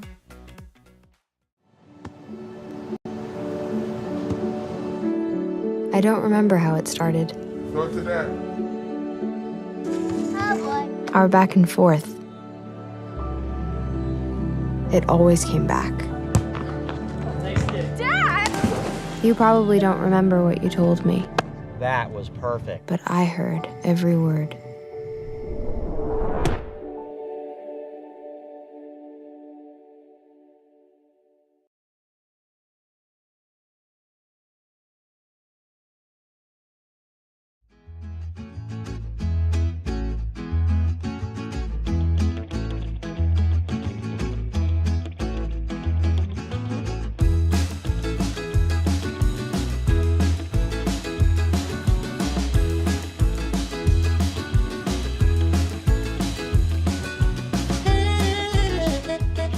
Cowboy State Daily Show with Jake continues. Whoop, on this Tuesday. I didn't mean to turn my music off. Just turn it down. I'm still trying to remember how to do stuff here. I'm back from 2 weeks of spring break, which involved, as I've previously said, a lot of Modelo and a lot of tequila. But I'm sober enough to know that bringing the dire wolf back from extinction is riddled with potential problems. And I'm just looking at the response to the story on X. Well, Cowboy State Daily, by the way, is going to have its own dire wolf story out. This news just kind of breaking overnight, and Andrew Rossi will have a story out here very shortly for Cowboy State Daily on Cowboy State Daily's take on the whole dire wolf thing. We've been talking about it all morning. Scientists at Colossal Bioscience say they've successfully, using cloning technology along with gene editing technology, have been able to scrape ancient DNA from a fossil of a dire wolf, clone that, combine it with some gene editing tech, and ipso facto, they've made a dire wolf by altering the genes of a gray wolf. And have they really made a dire wolf? There's some scientists in the science world that say, no, it's not technically a real dire wolf. Meanwhile, others have focused on the obvious questions. Well, what are you going to do with this dire wolf? What's the point? And have you seen Jurassic Park? We know how this ends, or at least Hollywood does. That's the general feedback from the world. Now, Cowboy State Daily, in a way, has been ahead of this story, even though we don't have our dire wolf story out yet. We've had stories on the company that's done this company Colossal. Andrew Rossi's featured them on stories in their attempts to resurrect, if that's the correct word, the woolly mammoth. And they've shared their latest progress with Andrew Rossi on that whole. You can go back and read those stories in the Cowboy State Daily. Colossal Bioscience and their attempts to redo the woolly mammoth and others. Supposedly they're also working on the dodo. Who wouldn't want to see the dodo come back? Yeah, I can think of lots of reasons for it. More reasons for a dodo than a dire wolf. I mean, we brought the gray wolf back, reintroduced into Wyoming. Look at the trouble it's caused. We reintroduced the gray wolf in Colorado. Look at the trouble it caused in a matter of months. What could possibly go wrong by bringing back a bigger, more aggressive wolf, the dire wolf? And as Kevin Meyer pointed out, there's a reason why the dire wolf is no longer in the world today, reason why it went extinct, likely. Yes, some of it was mankind's hand, but not all of it, because it doesn't explain why we still have wolves. What mankind went after the lobo way harder and with what much more success than the dire wolf. We went after the gray wolf, at least out west, with bounties, poisonous lead poisoning projectiles, dynamiting, trapping. I mean, you name it. We did everything to get rid of the wolf, and we didn't get rid of all of them. Now, supposedly there wasn't a wolf to be found in Wyoming. That's why they had to be reintroduced. But if you talk to some old-time ranchers, they say, there was still some wolves around. But 10,000, 12,000 years ago, when the last dire wolf ever on the planet took its last breath, was that because of the pursuit of man against it? I don't think so. I don't think mankind was that successful at getting rid of the dire wolf. I think the dire wolf had the advantage 12,000 years ago. I think the dire wolf died out from natural causes as part of evolution. It just didn't fit in Mother Nature. It didn't fit into the ecosystem anymore. Either its food supply ran out. This is a big animal. I think for the most part, and there's been scientific evidence of this, the larger the animal, the more we're seeing them die out. This is no longer an Earth that can support big mammals or animals in general. Even in the ocean, animals are getting smaller and having more success smaller because their caloric intake, their dietary needs are less. And this is no longer a planet where you can just roam around and eat everything in sight like it was in the prehistoric times. Prehistoric, everything was bigger. 1,000,000 years ago, or whatever you want to believe, 100,000 years ago, everything, the trees were bigger.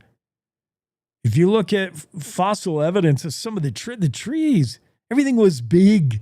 Animals were bigger. The dinosaur, everything was big, and there was a lot of elbow room to move around and do your thing and eat. I'm getting off subject, and now we got to do top of the hour news. But yeah, things have gotten, so maybe that's why there's no dire. They were just too big. Maybe. We'll pick up that subject, more dire wolves. We'll also talk about the 22-year-old Pokemon card collector who's now in jail. And we'll tell you why he's facing felony charges. All that coming up with the Cowboy State Daily Show at the top of the hour news break.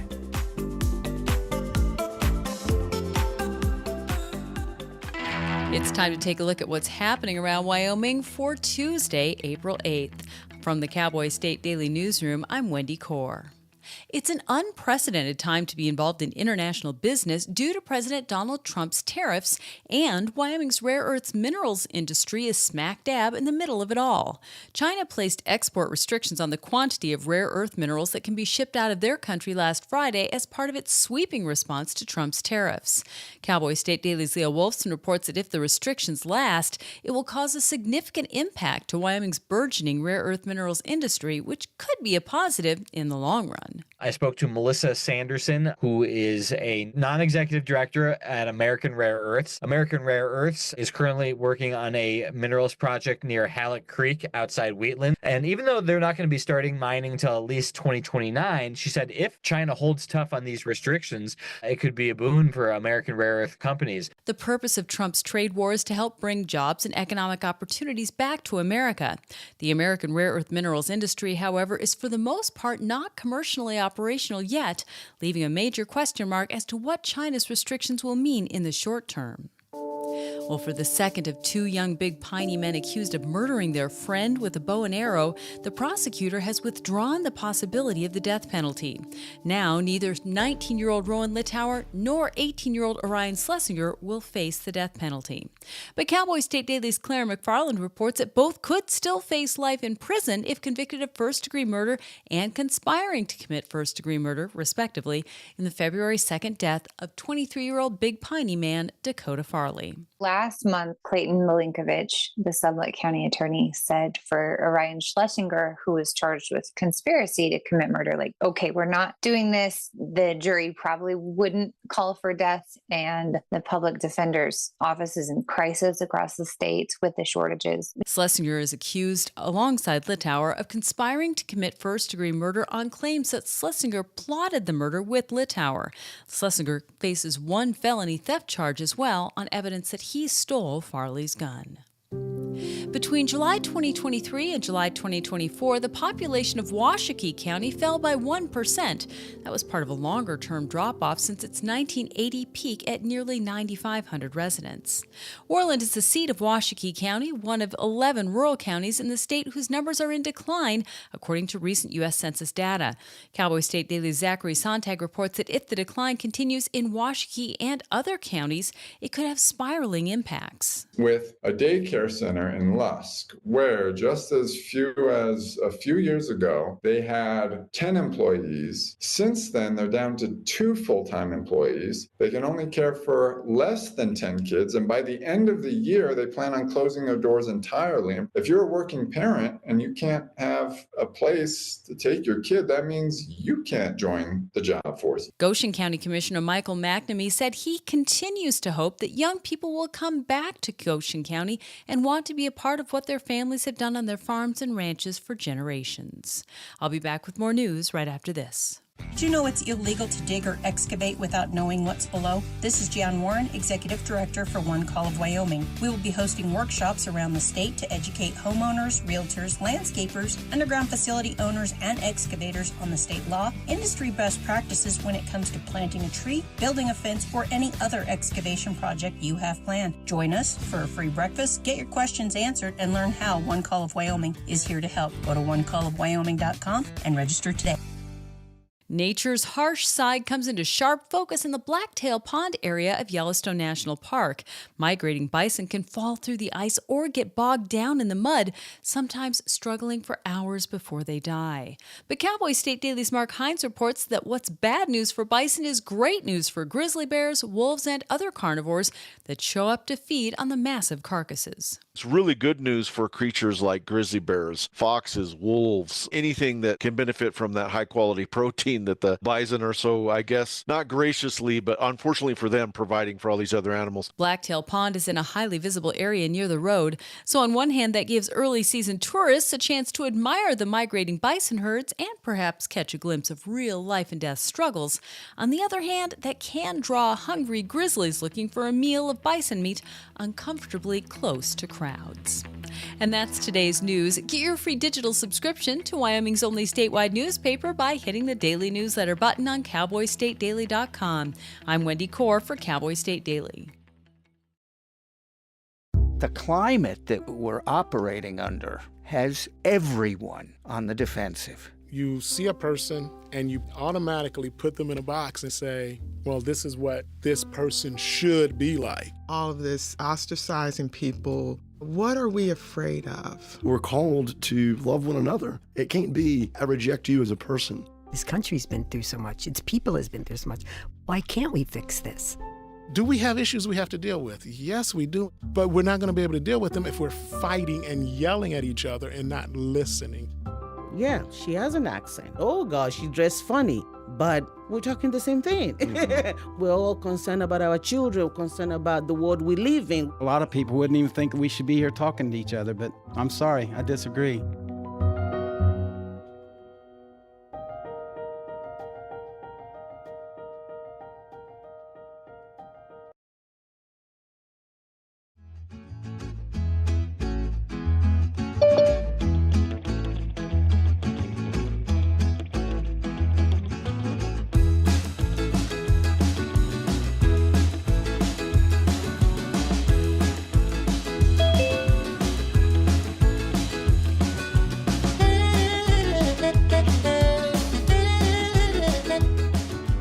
Cowboy State Daily Show with Jake continuing here in the final hour on this Tuesday. We get into the Zoom room again. Been a busy day.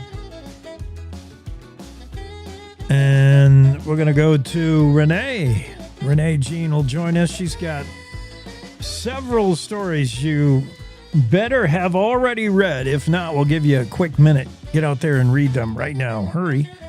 Let's start with, I love this story because I did talk to this. I did talk about this with Superintendent of Public Instruction Megan Degenfelder about the rise in popularity of trade schools being an option for as opposed to college, or in addition to college, or alternative college. Not every high school kid is seeking to go to 4 years of debt or 6 years of college debt. You know, it looks a lot more attractive to some of these kids, and these kids being the Gen Z generation. The Gen Zs are opting more and more for trade schools in as little as weeks or months. They can be ready with a skill and ready to start earning. And Megan Degenfelder, said that she acknowledged that that's an important part of education in Wyoming, and trade schools definitely seeing a rise. You found that it was a lot of these Gen Zs first define that age group. Who are these people, and did you really find out that a lot of them are going to trade school? They want hands-on and they want to go start earning. Yeah, I think a lot of it's the economics right now, Jake. It costs a lot more to go to a 4-year school. You have people graduating after 4 to 6 years of college and realizing that it's going to take them till their 50s to pay it off.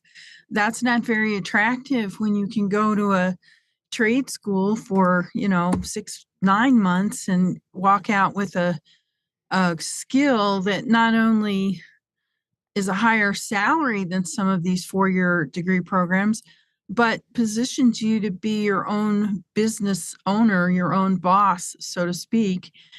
So I think the economics is playing a big role there.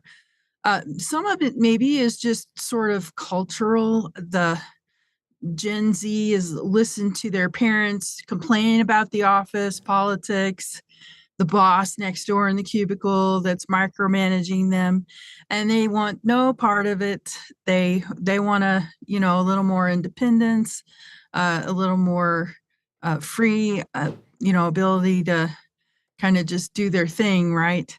I get it. Like the one guy I was talking to said that his parents were always complaining about office politics.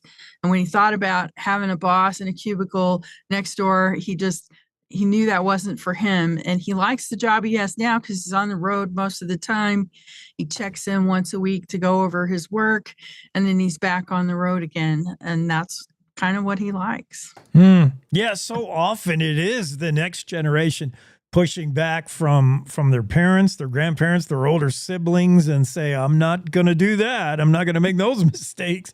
We're talking about kids, 18 years old. Where are they? They're like college, late high school, into college years, into their 20s. What's the age range there? Like 18 to... It's like 13 years old to 28 years old. Okay. Yeah. So, I mean, anybody who grows, and like the bulk of them, if you want to take it down to the mean, most of them are averaging out right when they're making that choice. Like, what's life after high school? Am I going to a 4-year university, 2-year college? Am I going to a trade school? Then they're making that decision more and more. Trade school, it's why they've been sort of nicknamed. Where did you hear? I have not heard the tool belt generation for Gen Zs. Did you make that up? Did you coin that, or is that something that's going? I Googled that first to see if anybody else was calling them that, because I thought, well, who am I to suddenly name them the tool belt generation? and other people have called them that. So I guess I kind of I didn't make it up or anything, but I thought about it for a while. And when I Googled it and I saw that there were other people calling them that, I was like, well, this really is a thing then. We're going to attribute it to you in the footnotes. That's a Renee phrase, and it's all yours now. That's a really interesting story. Here's another one that I have maybe 1 degree, 2 degree, 3 degree separation from the famed Eaton's Ranch.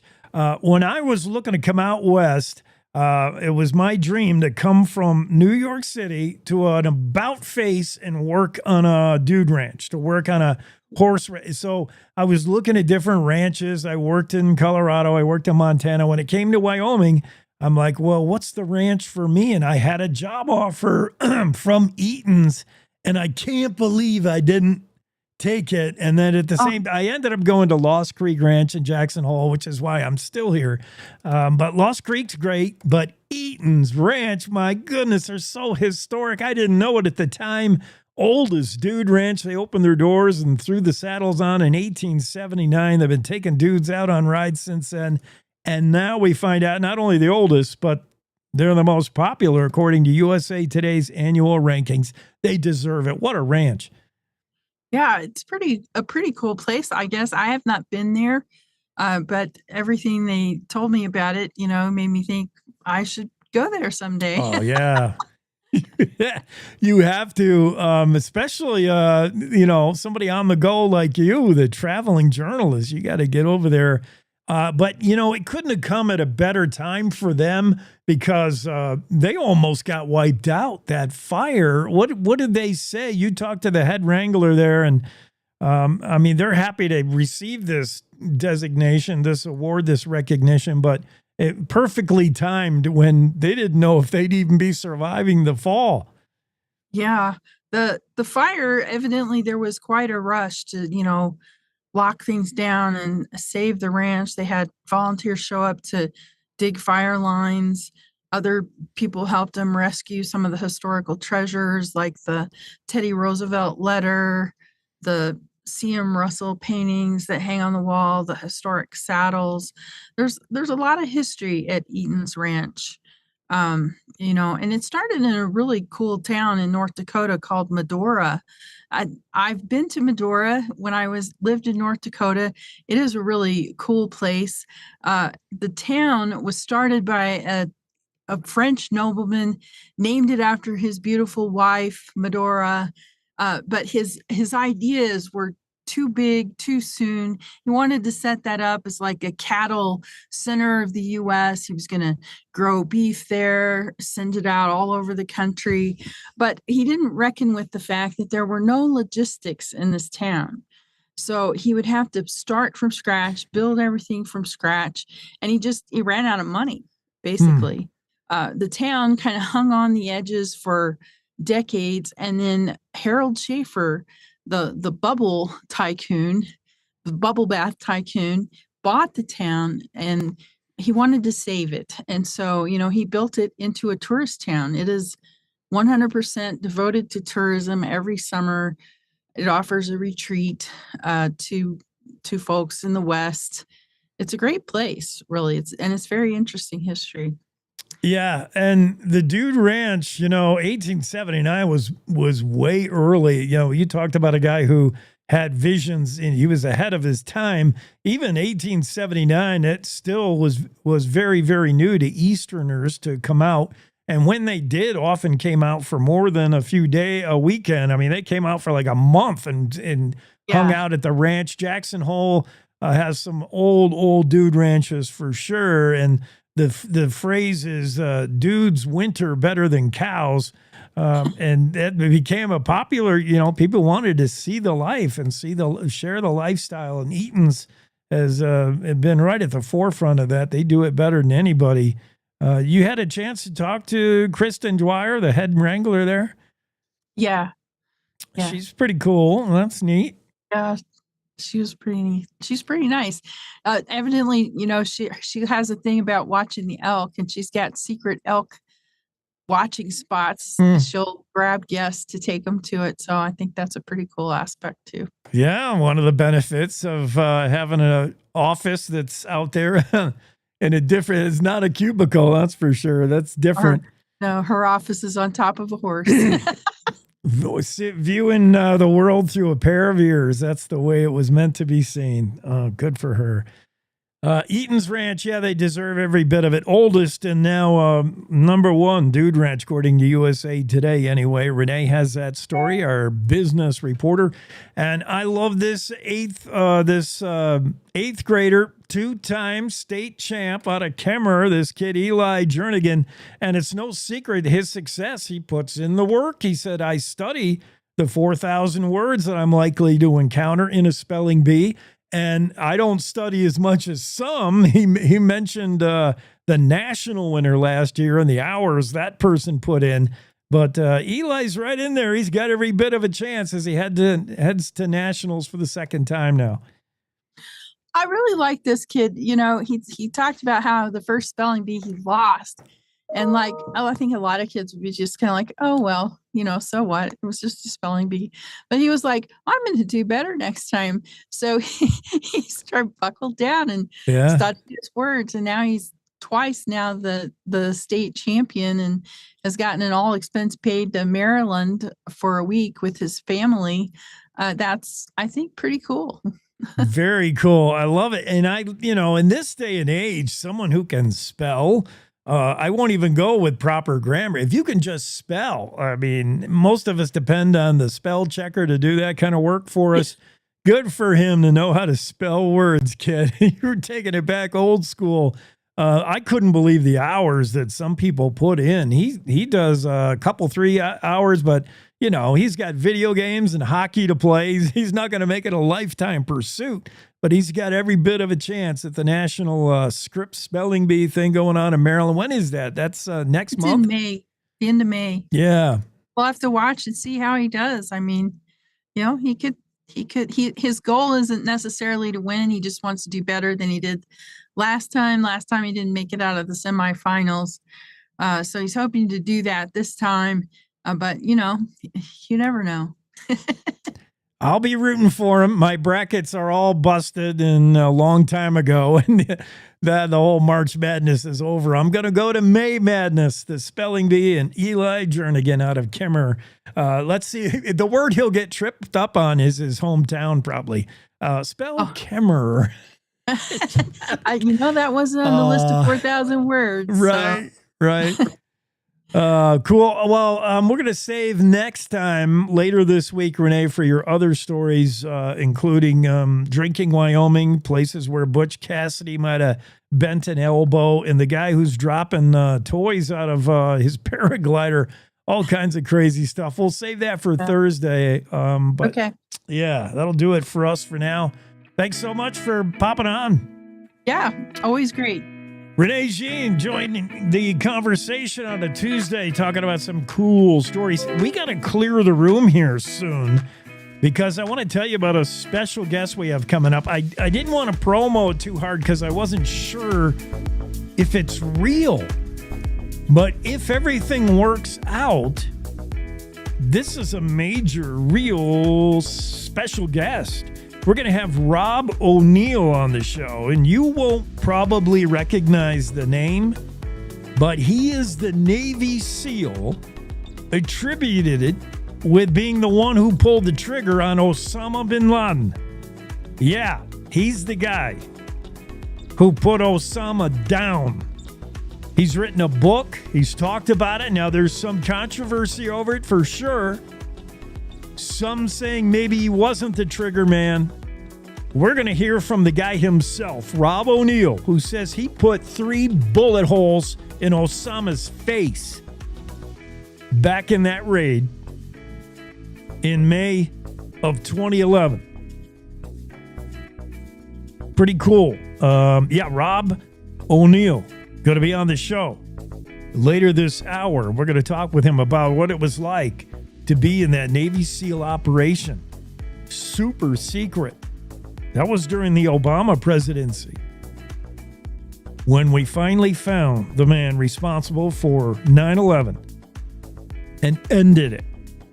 I mean, we may not have ended the whole campaign of the war on terrorism, but the face behind it, that guy, the mastermind, Osama bin Laden, he sleeps with the fishes today thanks to the work of the U.S. Navy SEALs and Rob O'Neill, who finished bin Laden. He'll be on the show. Can't wait. All this and more coming up on the Cowboy State Daily Show with Jake. We'll be right back after this quick break. To the Teton Range, Cheyenne to Sheridan, Rawlins to Ralston. Cowboy State Daily Morning Show covers the state like no other radio show or podcast. We love Lovell. We're eager to share the stories of Story will crow about Crowheart and yodel over Yoder. Whether you make your home in Sweetwater, Chugwater, Powder River, or Green River, the Cowboy State Daily Morning Show will make you feel right at home. Jeffrey City, Atlantic City, we see you. Little America, Big Piney, you're on our radar. Howdy, Wapiti, Meeteetse, Shoshone, Ten Sleep, good morning. Welcome, Torrington, Riverton, Wheatland, Lusk, Lingle, Lander, Timber, Casey, Kerwin, Moorcroft, Mountain View, Moose, Fort Bridger, Fort Laramie, Fort Washington, Hannah, Hudson, Hewlett, Dayton, Daniel, and DuBois. We are east of Weston, west of Midwest, north of Newcastle, and south of Sundance. Border to border, we love Wyoming and every one of its communities, bar none. This is the Cowboy State Daily Radio Network. Meet Norm.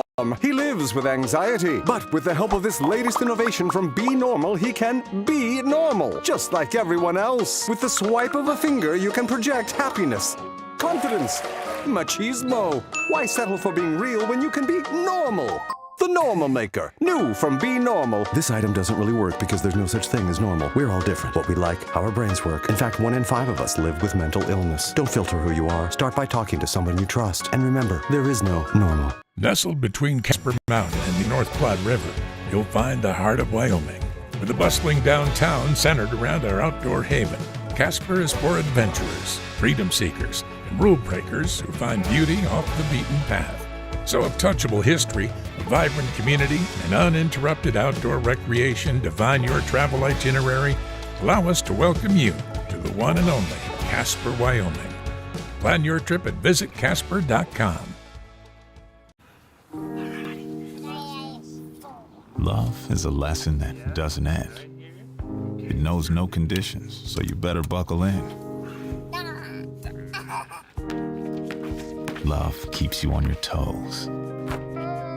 It never stops, only grows. Love isn't easy. It's a commitment, especially when they're being their most resistant. Love is being prepared for the journey ahead. Love doesn't let any concerns go unsaid. Love is finding the right seat so you can take a breath. But remember, love isn't lax. It always double checks. Check that your kids are in the right seat at nhtsa.gov/the right seat.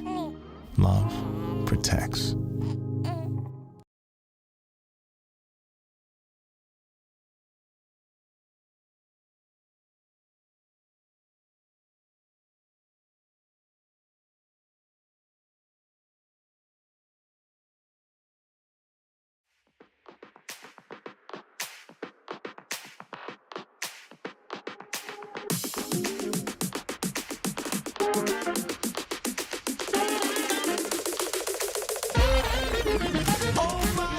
Cowboy State Daily Show with Jake continues here in the final hour on a Tuesday. Again, special guest Rob O'Neill joining the show.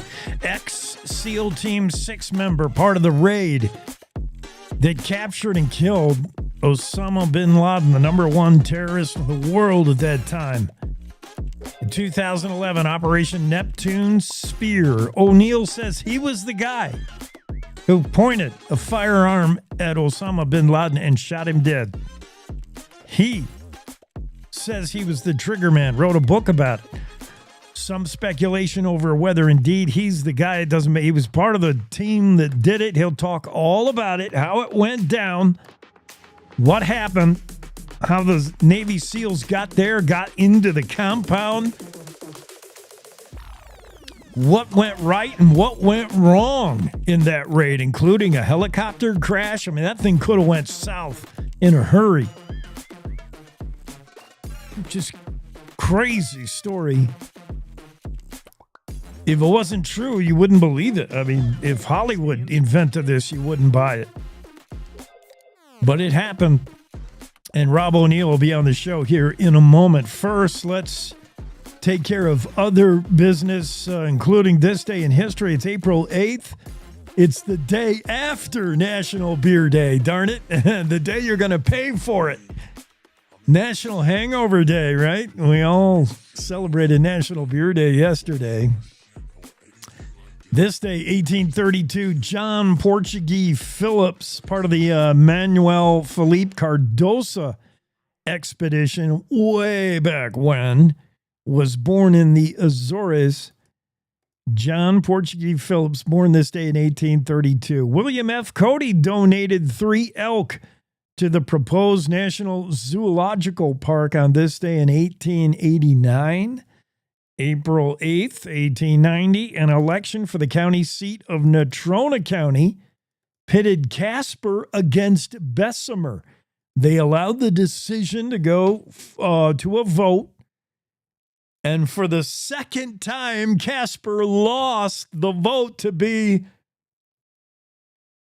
the capital, the county seat. Casper was also up against Cheyenne to be the capital of Wyoming.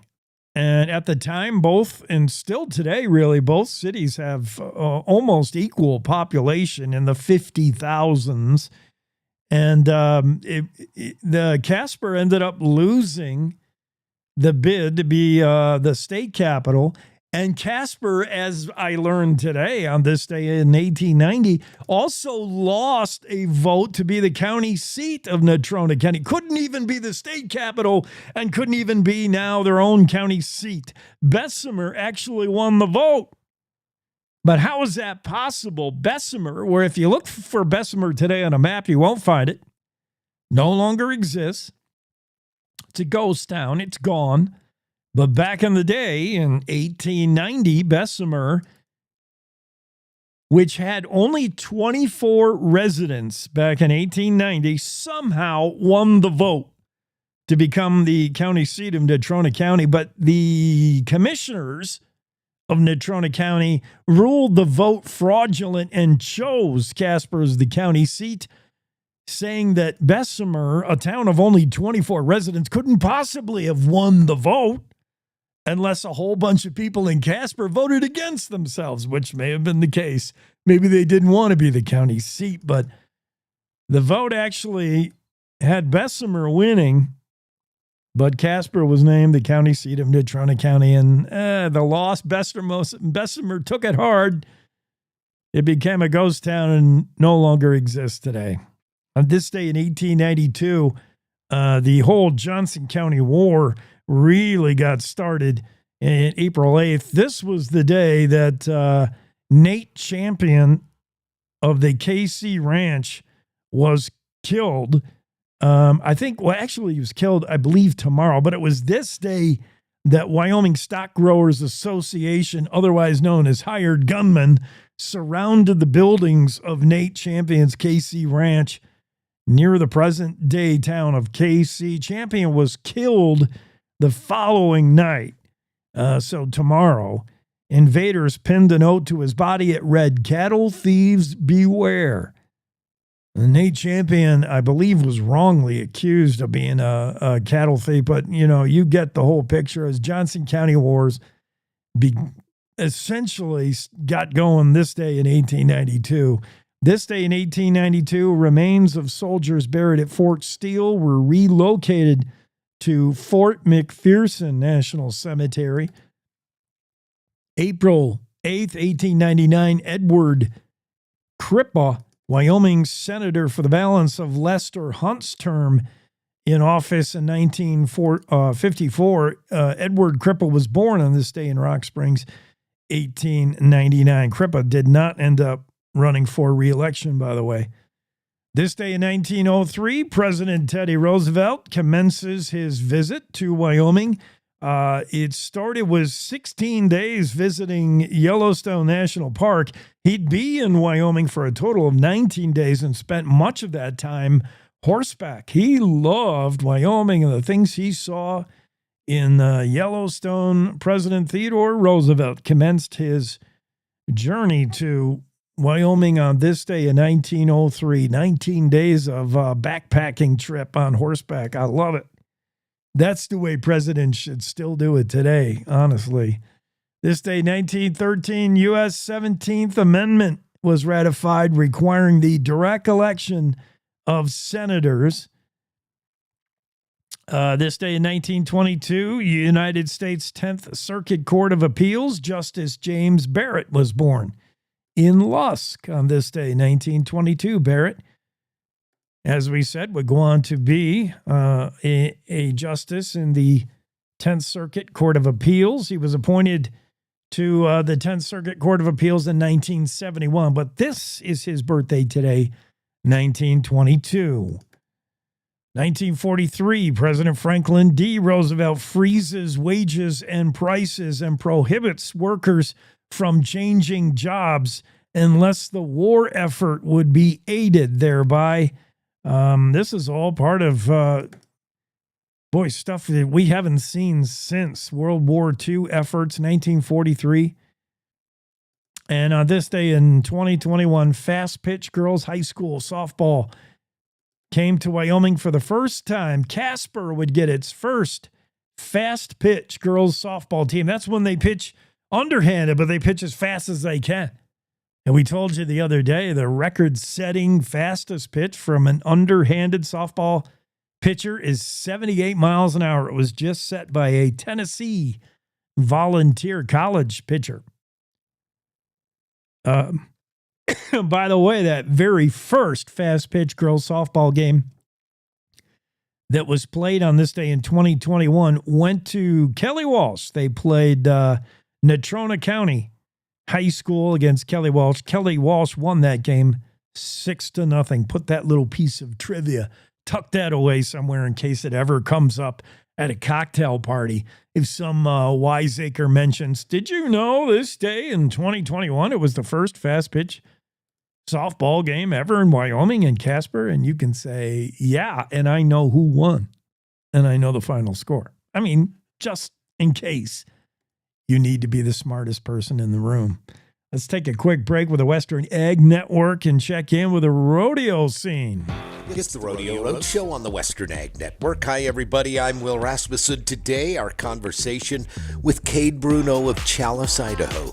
He's gone to the last 3 consecutive National Finals rodeos. He's number 2 in the world right now. He's had a good winter with a win in Fort Worth to propel him to the top spot in the world. Talk about how that win takes the pressure off the summer run. Cade Bruno up next. Triple T Landed Livestock's annual production sale is Wednesday, April 9th at Buffalo Livestock Market in Buffalo, Wyoming. Sale time is 1 o'clock. You won't want to miss out on these 55 yearling bulls, bred to bring profitability to every aspect of the industry with the most elite sires and standout genetics. Check out the bulls and 30 replacement heifers at bar-t3livestock.com or come see them in person at the ranch in Newcastle. Triple T Landed Livestock, bulls bred to keep you in the black. Sale also carried live on Cattle USA. Not all cattle supplements are created equal. Flaxlick is nutritionally engineered to bridge nutritional gaps, delivering the omega-3s, protein, vitamins, and minerals your herd needs for growth, reproduction, and immune support.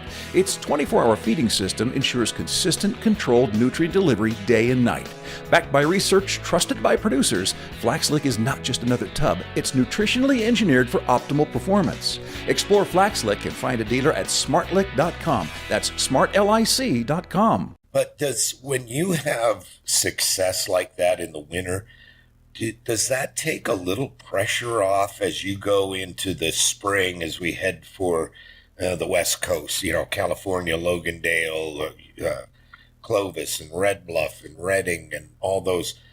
Does it take some pressure off you? Can you pick and choose a little better as you go forward? I'm going to say yes and no, because yes, it does take some pressure off you, but really and truly,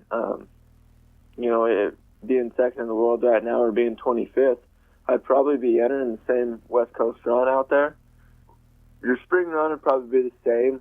What it really takes your pressure off is your summer run. You're or your spring run, you'd still kind of ease around whether you had a good winter or a bad winter. But your summer run you can burn yourself out rodeoing and putting pressure on yourself and thinking you got to get some money won and entering crazy in the summertime. There's so many rodeos anymore.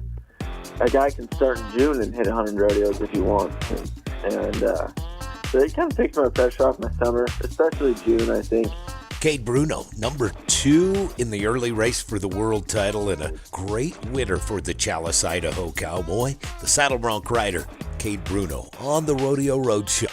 I'm Will Rasmussen on the Western Ag Network. Daily Morning Show with Jake. Now, back to the show. Yeah, back to it. I mean, this is the show. We never left the show. This is still the show, Rodeo Roadshow with Will Rasmussen. Thank you, Will. Getting our rodeo up to date. And let's pick up a few more stories in the Cowboy State Daily before we move on to special guest Rob O'Neill here soon. Coming up on the show, the Navy SEAL who says he is the one who killed Osama bin Laden in that raid going back, boy, how many years now? 2011. That was 14 years ago. Wow. David Madison's story in the Cowboy State Daily. No charges filed for the driver who hit the Good Samaritan, who stopped when he saw an accident. The Good Samaritan is Regan Schaefer, just 18 years old, hit and killed on Highway 130. The report was released by Wyoming Highway Patrol just this past Monday. The incident happened going back March 23rd. It was just after 10 p.m. at night, dark, when an 18-year-old, that's two 18-year-olds now involved in this case, an 18-year-old crossed a bridge, traveling at a high rate of speed, lost control of his 2012 silver Ford F-150 he was driving, and crashed. He hit a guardrail, he ping-ponged around, and just a horrific crash.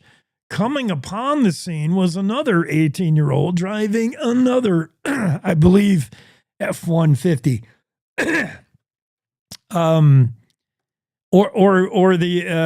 was the person who came along and hit him driving an F-1. I think everybody drives an F-150, right? Pretty much. Can we just say that? Regan Schaefer, a student at Wyotech at Laramie, stopped when he came upon the wreck and offered assistance. This is about 10:34 at night now, going back on that fateful March night. And as he's out of his vehicle and trying to see if he can be of assistance, along comes Nathan O'Leary of Sheridan. Oh, sorry, Nathan O'Leary is the victim. Sorry, I'm getting my names confused. Nathan O'Leary of Sheridan is the 18-year-old who was involved in the accident. Along comes an unnamed 48-year-old and can't see well. I mean, it's at night and doesn't really see what's going on. Before he can stop, bam, he crashes into the truck again and also hits Regan. And Regan's injuries are such that he is killed. No charges now, we learn, are filed on the driver who came along, the 48-year-old who later hit the Good Samaritan, 49-year-old, sorry, who was driving a white 2010 Ford F-150. No charges filed there. The man did nothing wrong. He simply could not see what was going on. Meanwhile, there are charges filed against the original crash victim, O'Leary. His disabled pickup, who Regan stopped to aid and assist him, he has been charged with DUI. I believe there was an open container in the truck, also facing DUI. At the time, the police did not make any charges. They didn't issue any citation for the crash victim, Nathan O'Leary, because he was transported by ambulance to Ivinson Memorial Hospital. But later blood tests show that he was over the limit charged with DUI, open container, minor in possession of alcohol, and failure to maintain a single lane of travel. But meanwhile, the real victim is the 18-year-old Regan Schaefer, the student at Wyotech in Laramie who stopped to offer assistance and for his trouble was hit and killed by a man who is not facing any charges, according to police reports and the information from David Madison's story. Here's David talking more about this story with our own Wendy Core. Speed and alcohol may have played a role in the two-crash incident that claimed the life of a Good Samaritan who stopped to help a disabled motorist on Highway 130 between Laramie and Centennial in southern Wyoming. 18-year-old Regan Schaefer, a student at Wyotech in Laramie, had stopped to assist the driver of a Ford F-150 that was involved in a single-vehicle crash the evening of March 23rd. A second F-150 headed west towards Centennial T-boned into the crashed truck a little after 10:30 p.m., striking Schaefer and killing him at the scene. Now, Cowboy State Daily's David Madison reports that the 18-year-old driver of the truck involved in the initial crash is being charged with driving while under the influence, but the driver of the truck that killed Schaefer is facing no charges. The other 18-year-old driver, who was apparently traveling at a high rate of speed on Highway 130, lost control when he entered a bridge, pinballed off of both sides of the bridge, and then spun and stopped perpendicular to traffic. Regan arrived at the scene. How and why he was there is still unclear. He gets out of his vehicle, goes to the driver's side of the crashed F-150, and is apparently trying to assist the driver when another F-150 coming westbound on a snowy night, Highway Patrol said visibility was terrible. There's no lighting on the roadway. And this driver, a 49-year-old from Centennial, basically T-bones into the disabled F-150, and Regan is in the wrong place at the wrong time and loses his life there. Nathan O'Leary of Sheridan was ticketed for DUI, open container, minor in possession of alcohol, and failure to maintain a single lane of travel.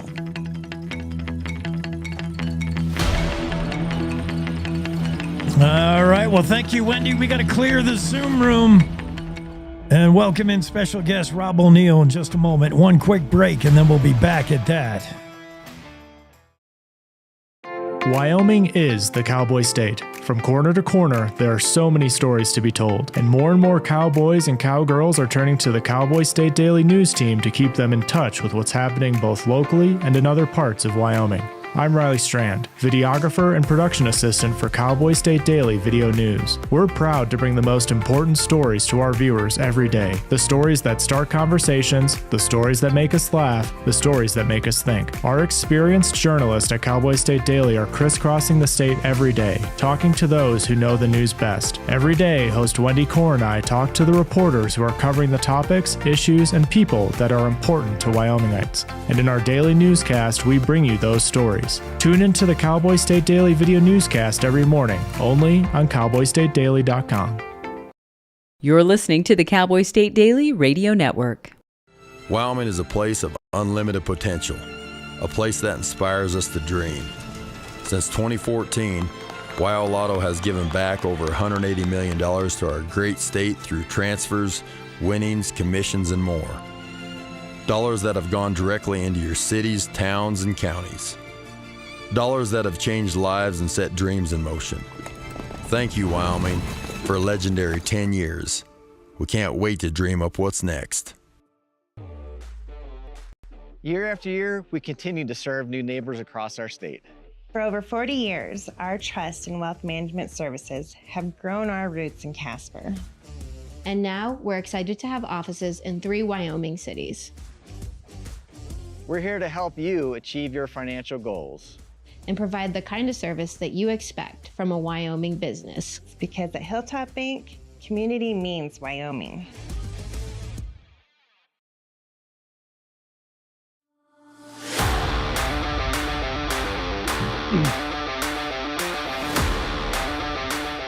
Cowboy State Daily Show with Jake continues here in our final hour on a Tuesday. Into the Zoom room, special guest. It's Nizro. To his buddies. I don't know if we've earned the right to call him Nizro. It's Rob O'Neill. known amongst his Navy SEAL team as Nizro. And a real honor to have a hero on the show, Rob. Before we get into any controversy, any speculation, I'm going to take things as fact. I'm going to take things as you have said them, and I'm going to take things as you have written them down. You got a book that chronicles the whole incident. The world knows what happened in 2011. The world knows what happened in 9/11. And we had a face and a name to put on terrorism. And it was the goal of victims of 9/11 and pretty much every red-blooded American to get some retribution and to find the face of terrorism. Now, that battle continues today. It may never end. But we did find probably the mastermind behind 9/11, Osama bin Laden. We don't have enough time to get all into everything, Rob. Thanks for being on the show. Start us out. I mean, we're going to have to do a condensed version. Start us out at the beginning. Now, you've got decades in with some high-level secretive ops. You've been everywhere in the world, 70 countries. You've done a ton of stuff going back in 2011. You were the elite of the elite. You're talking about a Navy SEAL who can even get through the initial program and then hand-selected to go on some of these missions you were on before the Osama bin Laden thing. Like, you were the cream of the crop, you and your teammates, this Navy 6 team. So when you got the call, I don't know if you were surprised. I know one thing. You were back stateside between operations. You were in Florida just doing some training, and you got a call that you sometimes get from Washington, D.C. that says, we need you, but we can't tell you a darn thing about why or where or what. What did that go down like? It's great to be with you, Jake, too. I appreciate it. And you can call me Nizro. That's my nickname, Navy SEAL Rob O'Neill. NSRO. It's funny. A buddy of mine started that so he could yell across the bar, "What up, my Nizro?" That's just what he just said. It sounded cool, and I went with it. It's good stuff. But yeah, I was at a point at SEAL Team 6, which is the Tier 1 unit in the Navy, and we had just finished Afghanistan. I just finished. I don't know what was number 12 or 13 for me. And I was a senior enlisted advisor running whatever. But we were at a point where Osama bin Laden was a ghost. Like, we're never going to find him. I didn't think they were tracking him. I thought we lost him. And when we got back from Afghanistan, we went to Miami because we were working on Somali pirates. And if we could do combat diving to counter them, whatever, working on tactics. And we did get a call that some of the senior guys had to go back to Virginia, which we did. And it started off with, they sat us in a room and all they said was, "Hey, this is not a drill. This is really happening. We found a thing. This thing is in a house. The house is in a bowl between some mountains. It's in a country, and you're going to go in there and find it and bring it back to us." And we said, "Cool. What's the thing?" "Well, we can't tell you." "Okay. Where's the country?" "Can't tell you." "How are we getting there?" "Can't tell you." "Huh. How much air support?" "None." "Okay, there's an answer." And we assumed it would be Gaddafi because we were bombing Libya for other reasons. It would take a lot longer than an hour to talk about, but that's what it was going to be. We're going to go off a flat top, grab him, bring him back. But then we started to realize the people who were around that were going to talk to us were different. We had targeting officers that were dealing with Pakistan, Afghanistan, and we're like, wait a minute, this is something different. And then finally, the woman who we met, who found him, her team, she came in with the commanding officer of SEAL Team 6 into a room and said, "All right, guys, the reason you're here is this is as close as we've ever been to Osama bin Laden." And she started to tell us how she found him. And the word that stuck out was Abbottabad. I'd never heard of that town. It's a resort town in Pakistan. When she said Abbottabad, Pakistan, showed us on the map, we're like, yeah, this is legit. This is real. So, and when they told us it was bin Laden, there wasn't cheers. I mean, we're professionals. We'd all been on at least 400 combat missions each. Our response was, "Cool. We going right now?" And because we got really good at it, we got really good at our targets, at making it simple. Master the basics. Don't talk yourself into a butt kicking. And when people ask me now, how'd you guys clear a compound as big as bin Laden's? I said, well, if the guy in front of me went left, I went right. And we just did that over and over. And so that was it. And we trained for a while to prove to the administration, the powers that be, that we were the ones they wanted. And even President Obama, who was in charge, because the CIA gave him 5 options. The military gave him 5 options. And he said afterwards, it's pretty cool. Obama said, "I was never convinced 100% that bin Laden was there, but after seeing you and your team, I was convinced you could go in, find out, and come back. And that's basically how we started. And, we flew out to some certain secret places. We met the helicopters that were going to take us, and we knew the pilots. TF-160, the Army helicopter pilots are the best pilots in the world. So we felt better about that, but it's still a 90-minute flight in, 32 minutes on the ground, 90 minutes out. Very high-risk mission, but that's what we came here for. Before we put you in those special choppers and take you to the scene, you're going to take us to the scene and relive it. Come back to, some of my favorite part of this story is the training that goes into what you guys do, the experience of having done it in real time. So now you know what works, what doesn't. We're going to do that again in real time. And the intel you got. You mentioned this woman, and we're not naming names. We got to protect sources, but this woman had real intel, and it all ended up being like she was right down the line, man. But yet, on the other hand, you guys want to know a lot. You said, I don't want that clouding my thinking. I don't want you telling me what I'm going to see. I want to experience it using my training. Tell me about that. Yeah, I mean, if we're going to, and this is any target, I don't want the intel people who are smarter than me, by the way. I don't want them telling me, there's 3 men and there's 9 women and there's 12 kids. Don't tell me that. Tell me how many people total you've seen, and I'll figure it out when I get there. And another example is, don't tell me as soon as I go in the front door, there's a turn to the left, because there will be an immediate turn to the right. I don't want to anticipate anything I don't know for sure. I'll figure it out when I get there. I'm not going to base anything on rumors. So, I mean, that's pretty much how we dealt with her. And she is best depicted in the movie Zero Dark 30. And one part of that movie that stuck out is when she was sitting in the cafeteria at CIA, and James Gandolfini, God rest his soul, was playing Secretary Panetta, who was running the CIA. And he sat down at lunch with her, which is odd for the director to be in the cafeteria, making small talk. And he said, so what else do you do for the company? And she said, nothing. I do nothing else. I do this. And that was her life. She gave up her life to find Osama bin Laden. She was not married, no kids. She'd been working 7 days a week, 20 hours a day for years. And, long story short, she ended up being 100% right on every single person in that house and where they would be.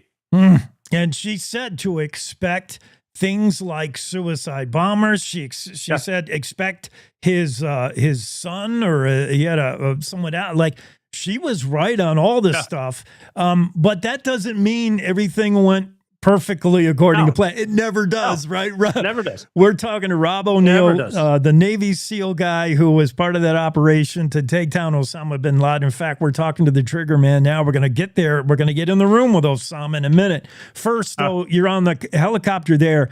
I know you've been on a ton of missions, but come on, Rob, this has to feel different. You're sitting there and you're trying to keep your mind focused, yet off. You don't want to go adrenaline too soon. I mean, what are you doing on the way there? And then tell me, like, it all goes wrong right from the beginning. Well, it was a unique time. I was actually, when I was walking to the helicopter, I ran into the woman. They called her Maya in the movie, and she was pacing. And I said, hey, why are you nervous? And she looked at me and goes, are you kidding me? Why aren't you nervous? And I said, because I do this every night.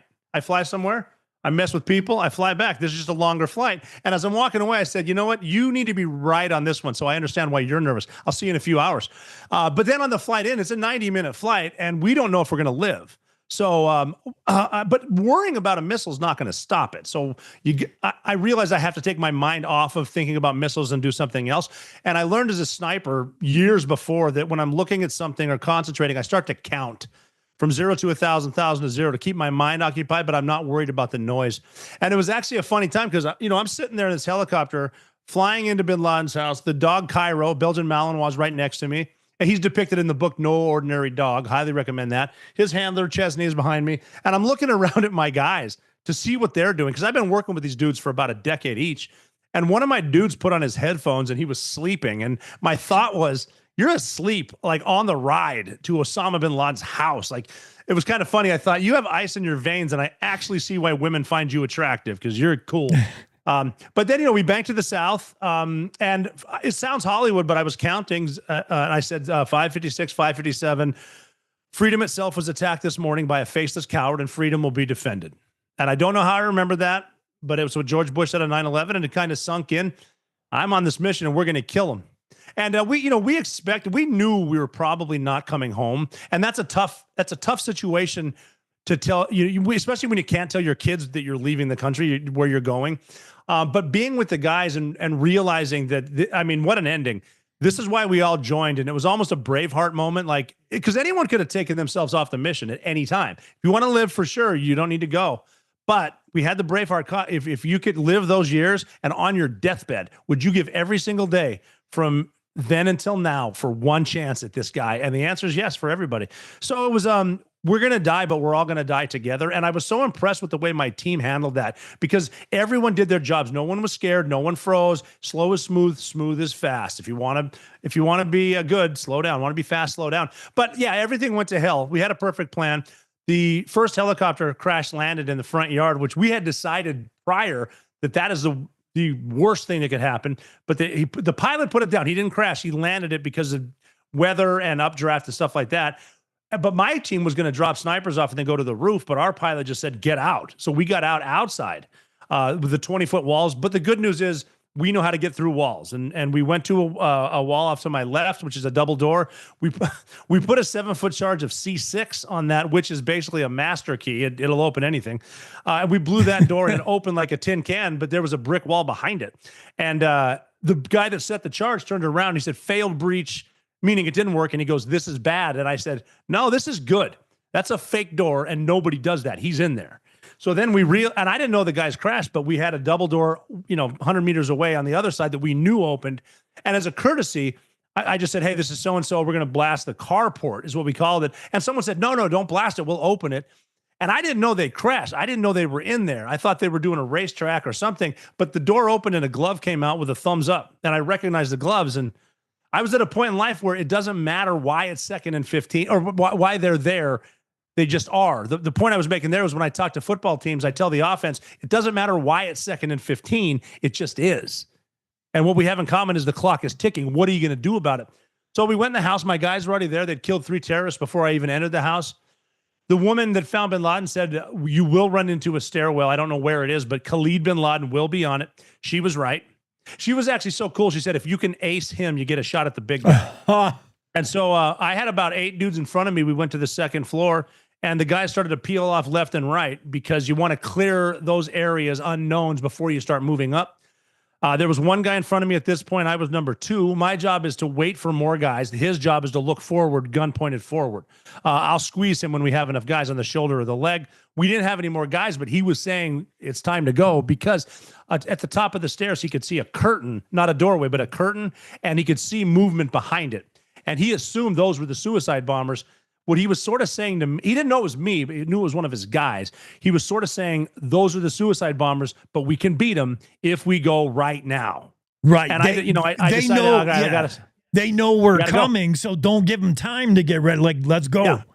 And for me, at this point, it was not bravery. He was brave. I remember, I can close my eyes and see my boots. And I remember thinking, we're going to blow up now, and I'm just tired of thinking about it. Go. So we went up the stairs. He moved the curtain. He tackled 2 people that he thought were suicide bombers. So he jumped on a grenade that didn't go off. And how he doesn't have a Medal of Honor yet, I'll never know. Heroic. But because, like I said before, because he went one way, I went the other. There's bin Laden standing there. He's 3 feet away. His hands are on his wife's shoulders, who's right in front of him. Her name is Amal. She's shorter. And I saw his nose. I recognized that. He was a lot taller and skinnier than I thought. His beard was kind of gray. But he's not surrendering. He's a suicide bomber. I got to kill him. And the way you deal with a suicide bomber is you shoot him in the head.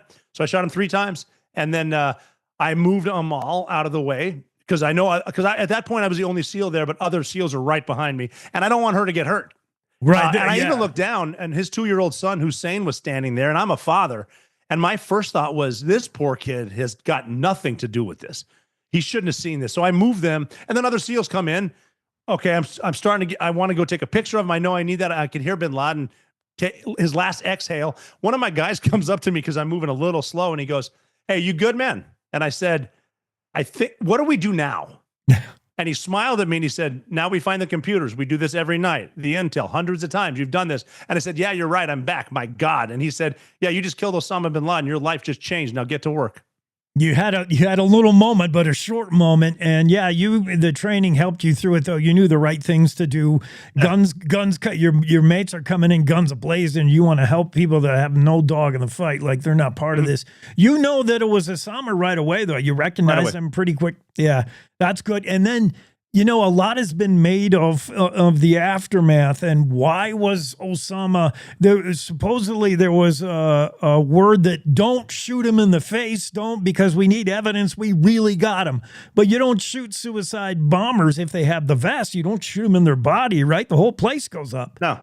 It's not when you kill somebody, it's not like the movies. Yeah. Like you stab them once in the stomach and they keel over dead. Not the case. People have what's called a will to live. And all a suicide bomber needs to do is touch his wrists together to connect the circuit and blow everyone up. And I've dealt with suicide bombers before. It's terrifying.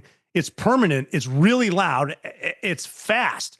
And anyone who said why'd you shoot him in the head has never dealt with a suicide bomber. I kind of wanted to see my kids again, so I shot him in the face. That's just it. That's just how it goes. It is what it is, and he had it coming.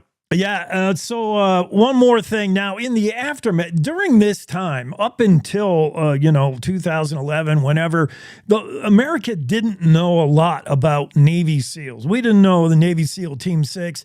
Navy SEALs didn't run around blowing their own horns, as we hear now accusations. But this is not those times. Things changed. You're no longer a Navy SEAL. You come out with the declaration that you are the trigger guy. You've got a book, and there's controversy over whether you really are the guy who killed Osama bin Laden. You got a chance to put that to rest. I have seen a lot of material about you and the book and everything about it, and never do I see you braggy about it. Every time you talk about it, you give credit to the behind-the-scenes people, intel, the pilots, your crew. If you were a guy looking to take credit for something, you're sure doing it wrong. I'll be real with you because I'm a neighbor. I'm from Montana. I didn't do anything on the mission. I just followed guys. I had a front row seat to the coolest mission in modern history. Yeah. The only reason I met bin Laden and shot him is because the guy in front of me went left. So I went right. Yeah. That's it. And the team got him. The pilots got us there. The intel found him. Think about the air crew that could make the helicopter fly. And their job was to open the door for it. What if we couldn't figure out how to open the door? We're dead in the helicopter. Like there was a lot of people that were involved with that mission. And I just, I had a journal and I think we need to know our history. So I submitted my journal. I'm the only guy that was in the house that has a book that was approved by all the agencies. And I'm just telling you what happened. I'm a history buff. I'm really happy that George Washington had a biographer on the boat when he crossed the Delaware on Christmas to fight the Hessians. I'm glad we know about D-Day. And this is just what happened. I hope I'm actually going to go meet with some of my teammates from the mission next week. And I'm actually trying to convince them to tell their story because everyone on every mission has a different story. Every dude that's been to SEAL training that even quit, they have a different unique story that people should know. People should know what it's like to deal with hardship, to deal with stress, to how to handle it. And sometimes, I just happened to be there. I was on the mission to rescue the lone survivor. I was the lead jumper to rescue Captain Phillips. I happened to be the guy that shot bin Laden simply because I made myself available. I had the right mindset. And my favorite saying, it's not mine, but it's a good one, is wherever you are, be there. And good stuff can happen. Don't get in the negativity and do your job. And that's all I did, whatever. And for people, look, I'm basically the only person who saw what happened. So if people don't believe me, I don't really care. This is what happened. If you don't like it, fine. But everyone on the team knows what happened. Yeah, the point is not about glorifying you. It's a bit, in part, bringing attention to the Navy SEALs, to any military arm that protects America. And the point is, America did strike back, as you had the words of President Bush. We had a face of terror, and we put that face down. And thanks to you and a whole bunch of other folks behind the scene. Mm-hmm. Nisro, man, it's been our great honor to have you on. Oh, awesome. Thanks for having me. I got to get back out west, man. Get in studio or something. I love it out there. I miss that. I miss it out there. I'm a Montanan. This is a Montana. Where are you born now? Butte? I'm from Butte. Yeah, I'm in New York. Evel Knievel's hometown. My hometown. Yeah, Evel Knievel's from there. It's what a great place. I missed St. Patty's Day this year, but it's a big one. Well, come back out west. We need guys like you. I'm so glad you're out of the game and safe for you and your family. How many times you had to tell your kids and your loved ones you couldn't tell really anything. No. They knew kind of what was up. When you said goodbye, they knew that could have meant goodbye. And that could be it forever. Yeah, it's a tough one. Tough on everybody. I'm glad it didn't, at least for now, and thank you for your service. Appreciate it. Thanks so much for having me. I appreciate it. Let's do it again sometime. Yes, sir. Thank you. That's Rob O'Neill, Nisro, member of the Navy SEAL team that took down Osama bin Laden. That guy right there is the trigger puller. Put 3 bullets into Osama, and that was the end of that. And we got to end the show. Yeah, we extra time, bonus time on the show. But it was worth it to talk to a guy like Rob O'Neill. That's going to do it for us on the Tuesday edition of the Cowboy State Daily Show with Jake. We'll see you again tomorrow, same time. Have a great Tuesday, everybody. God bless America.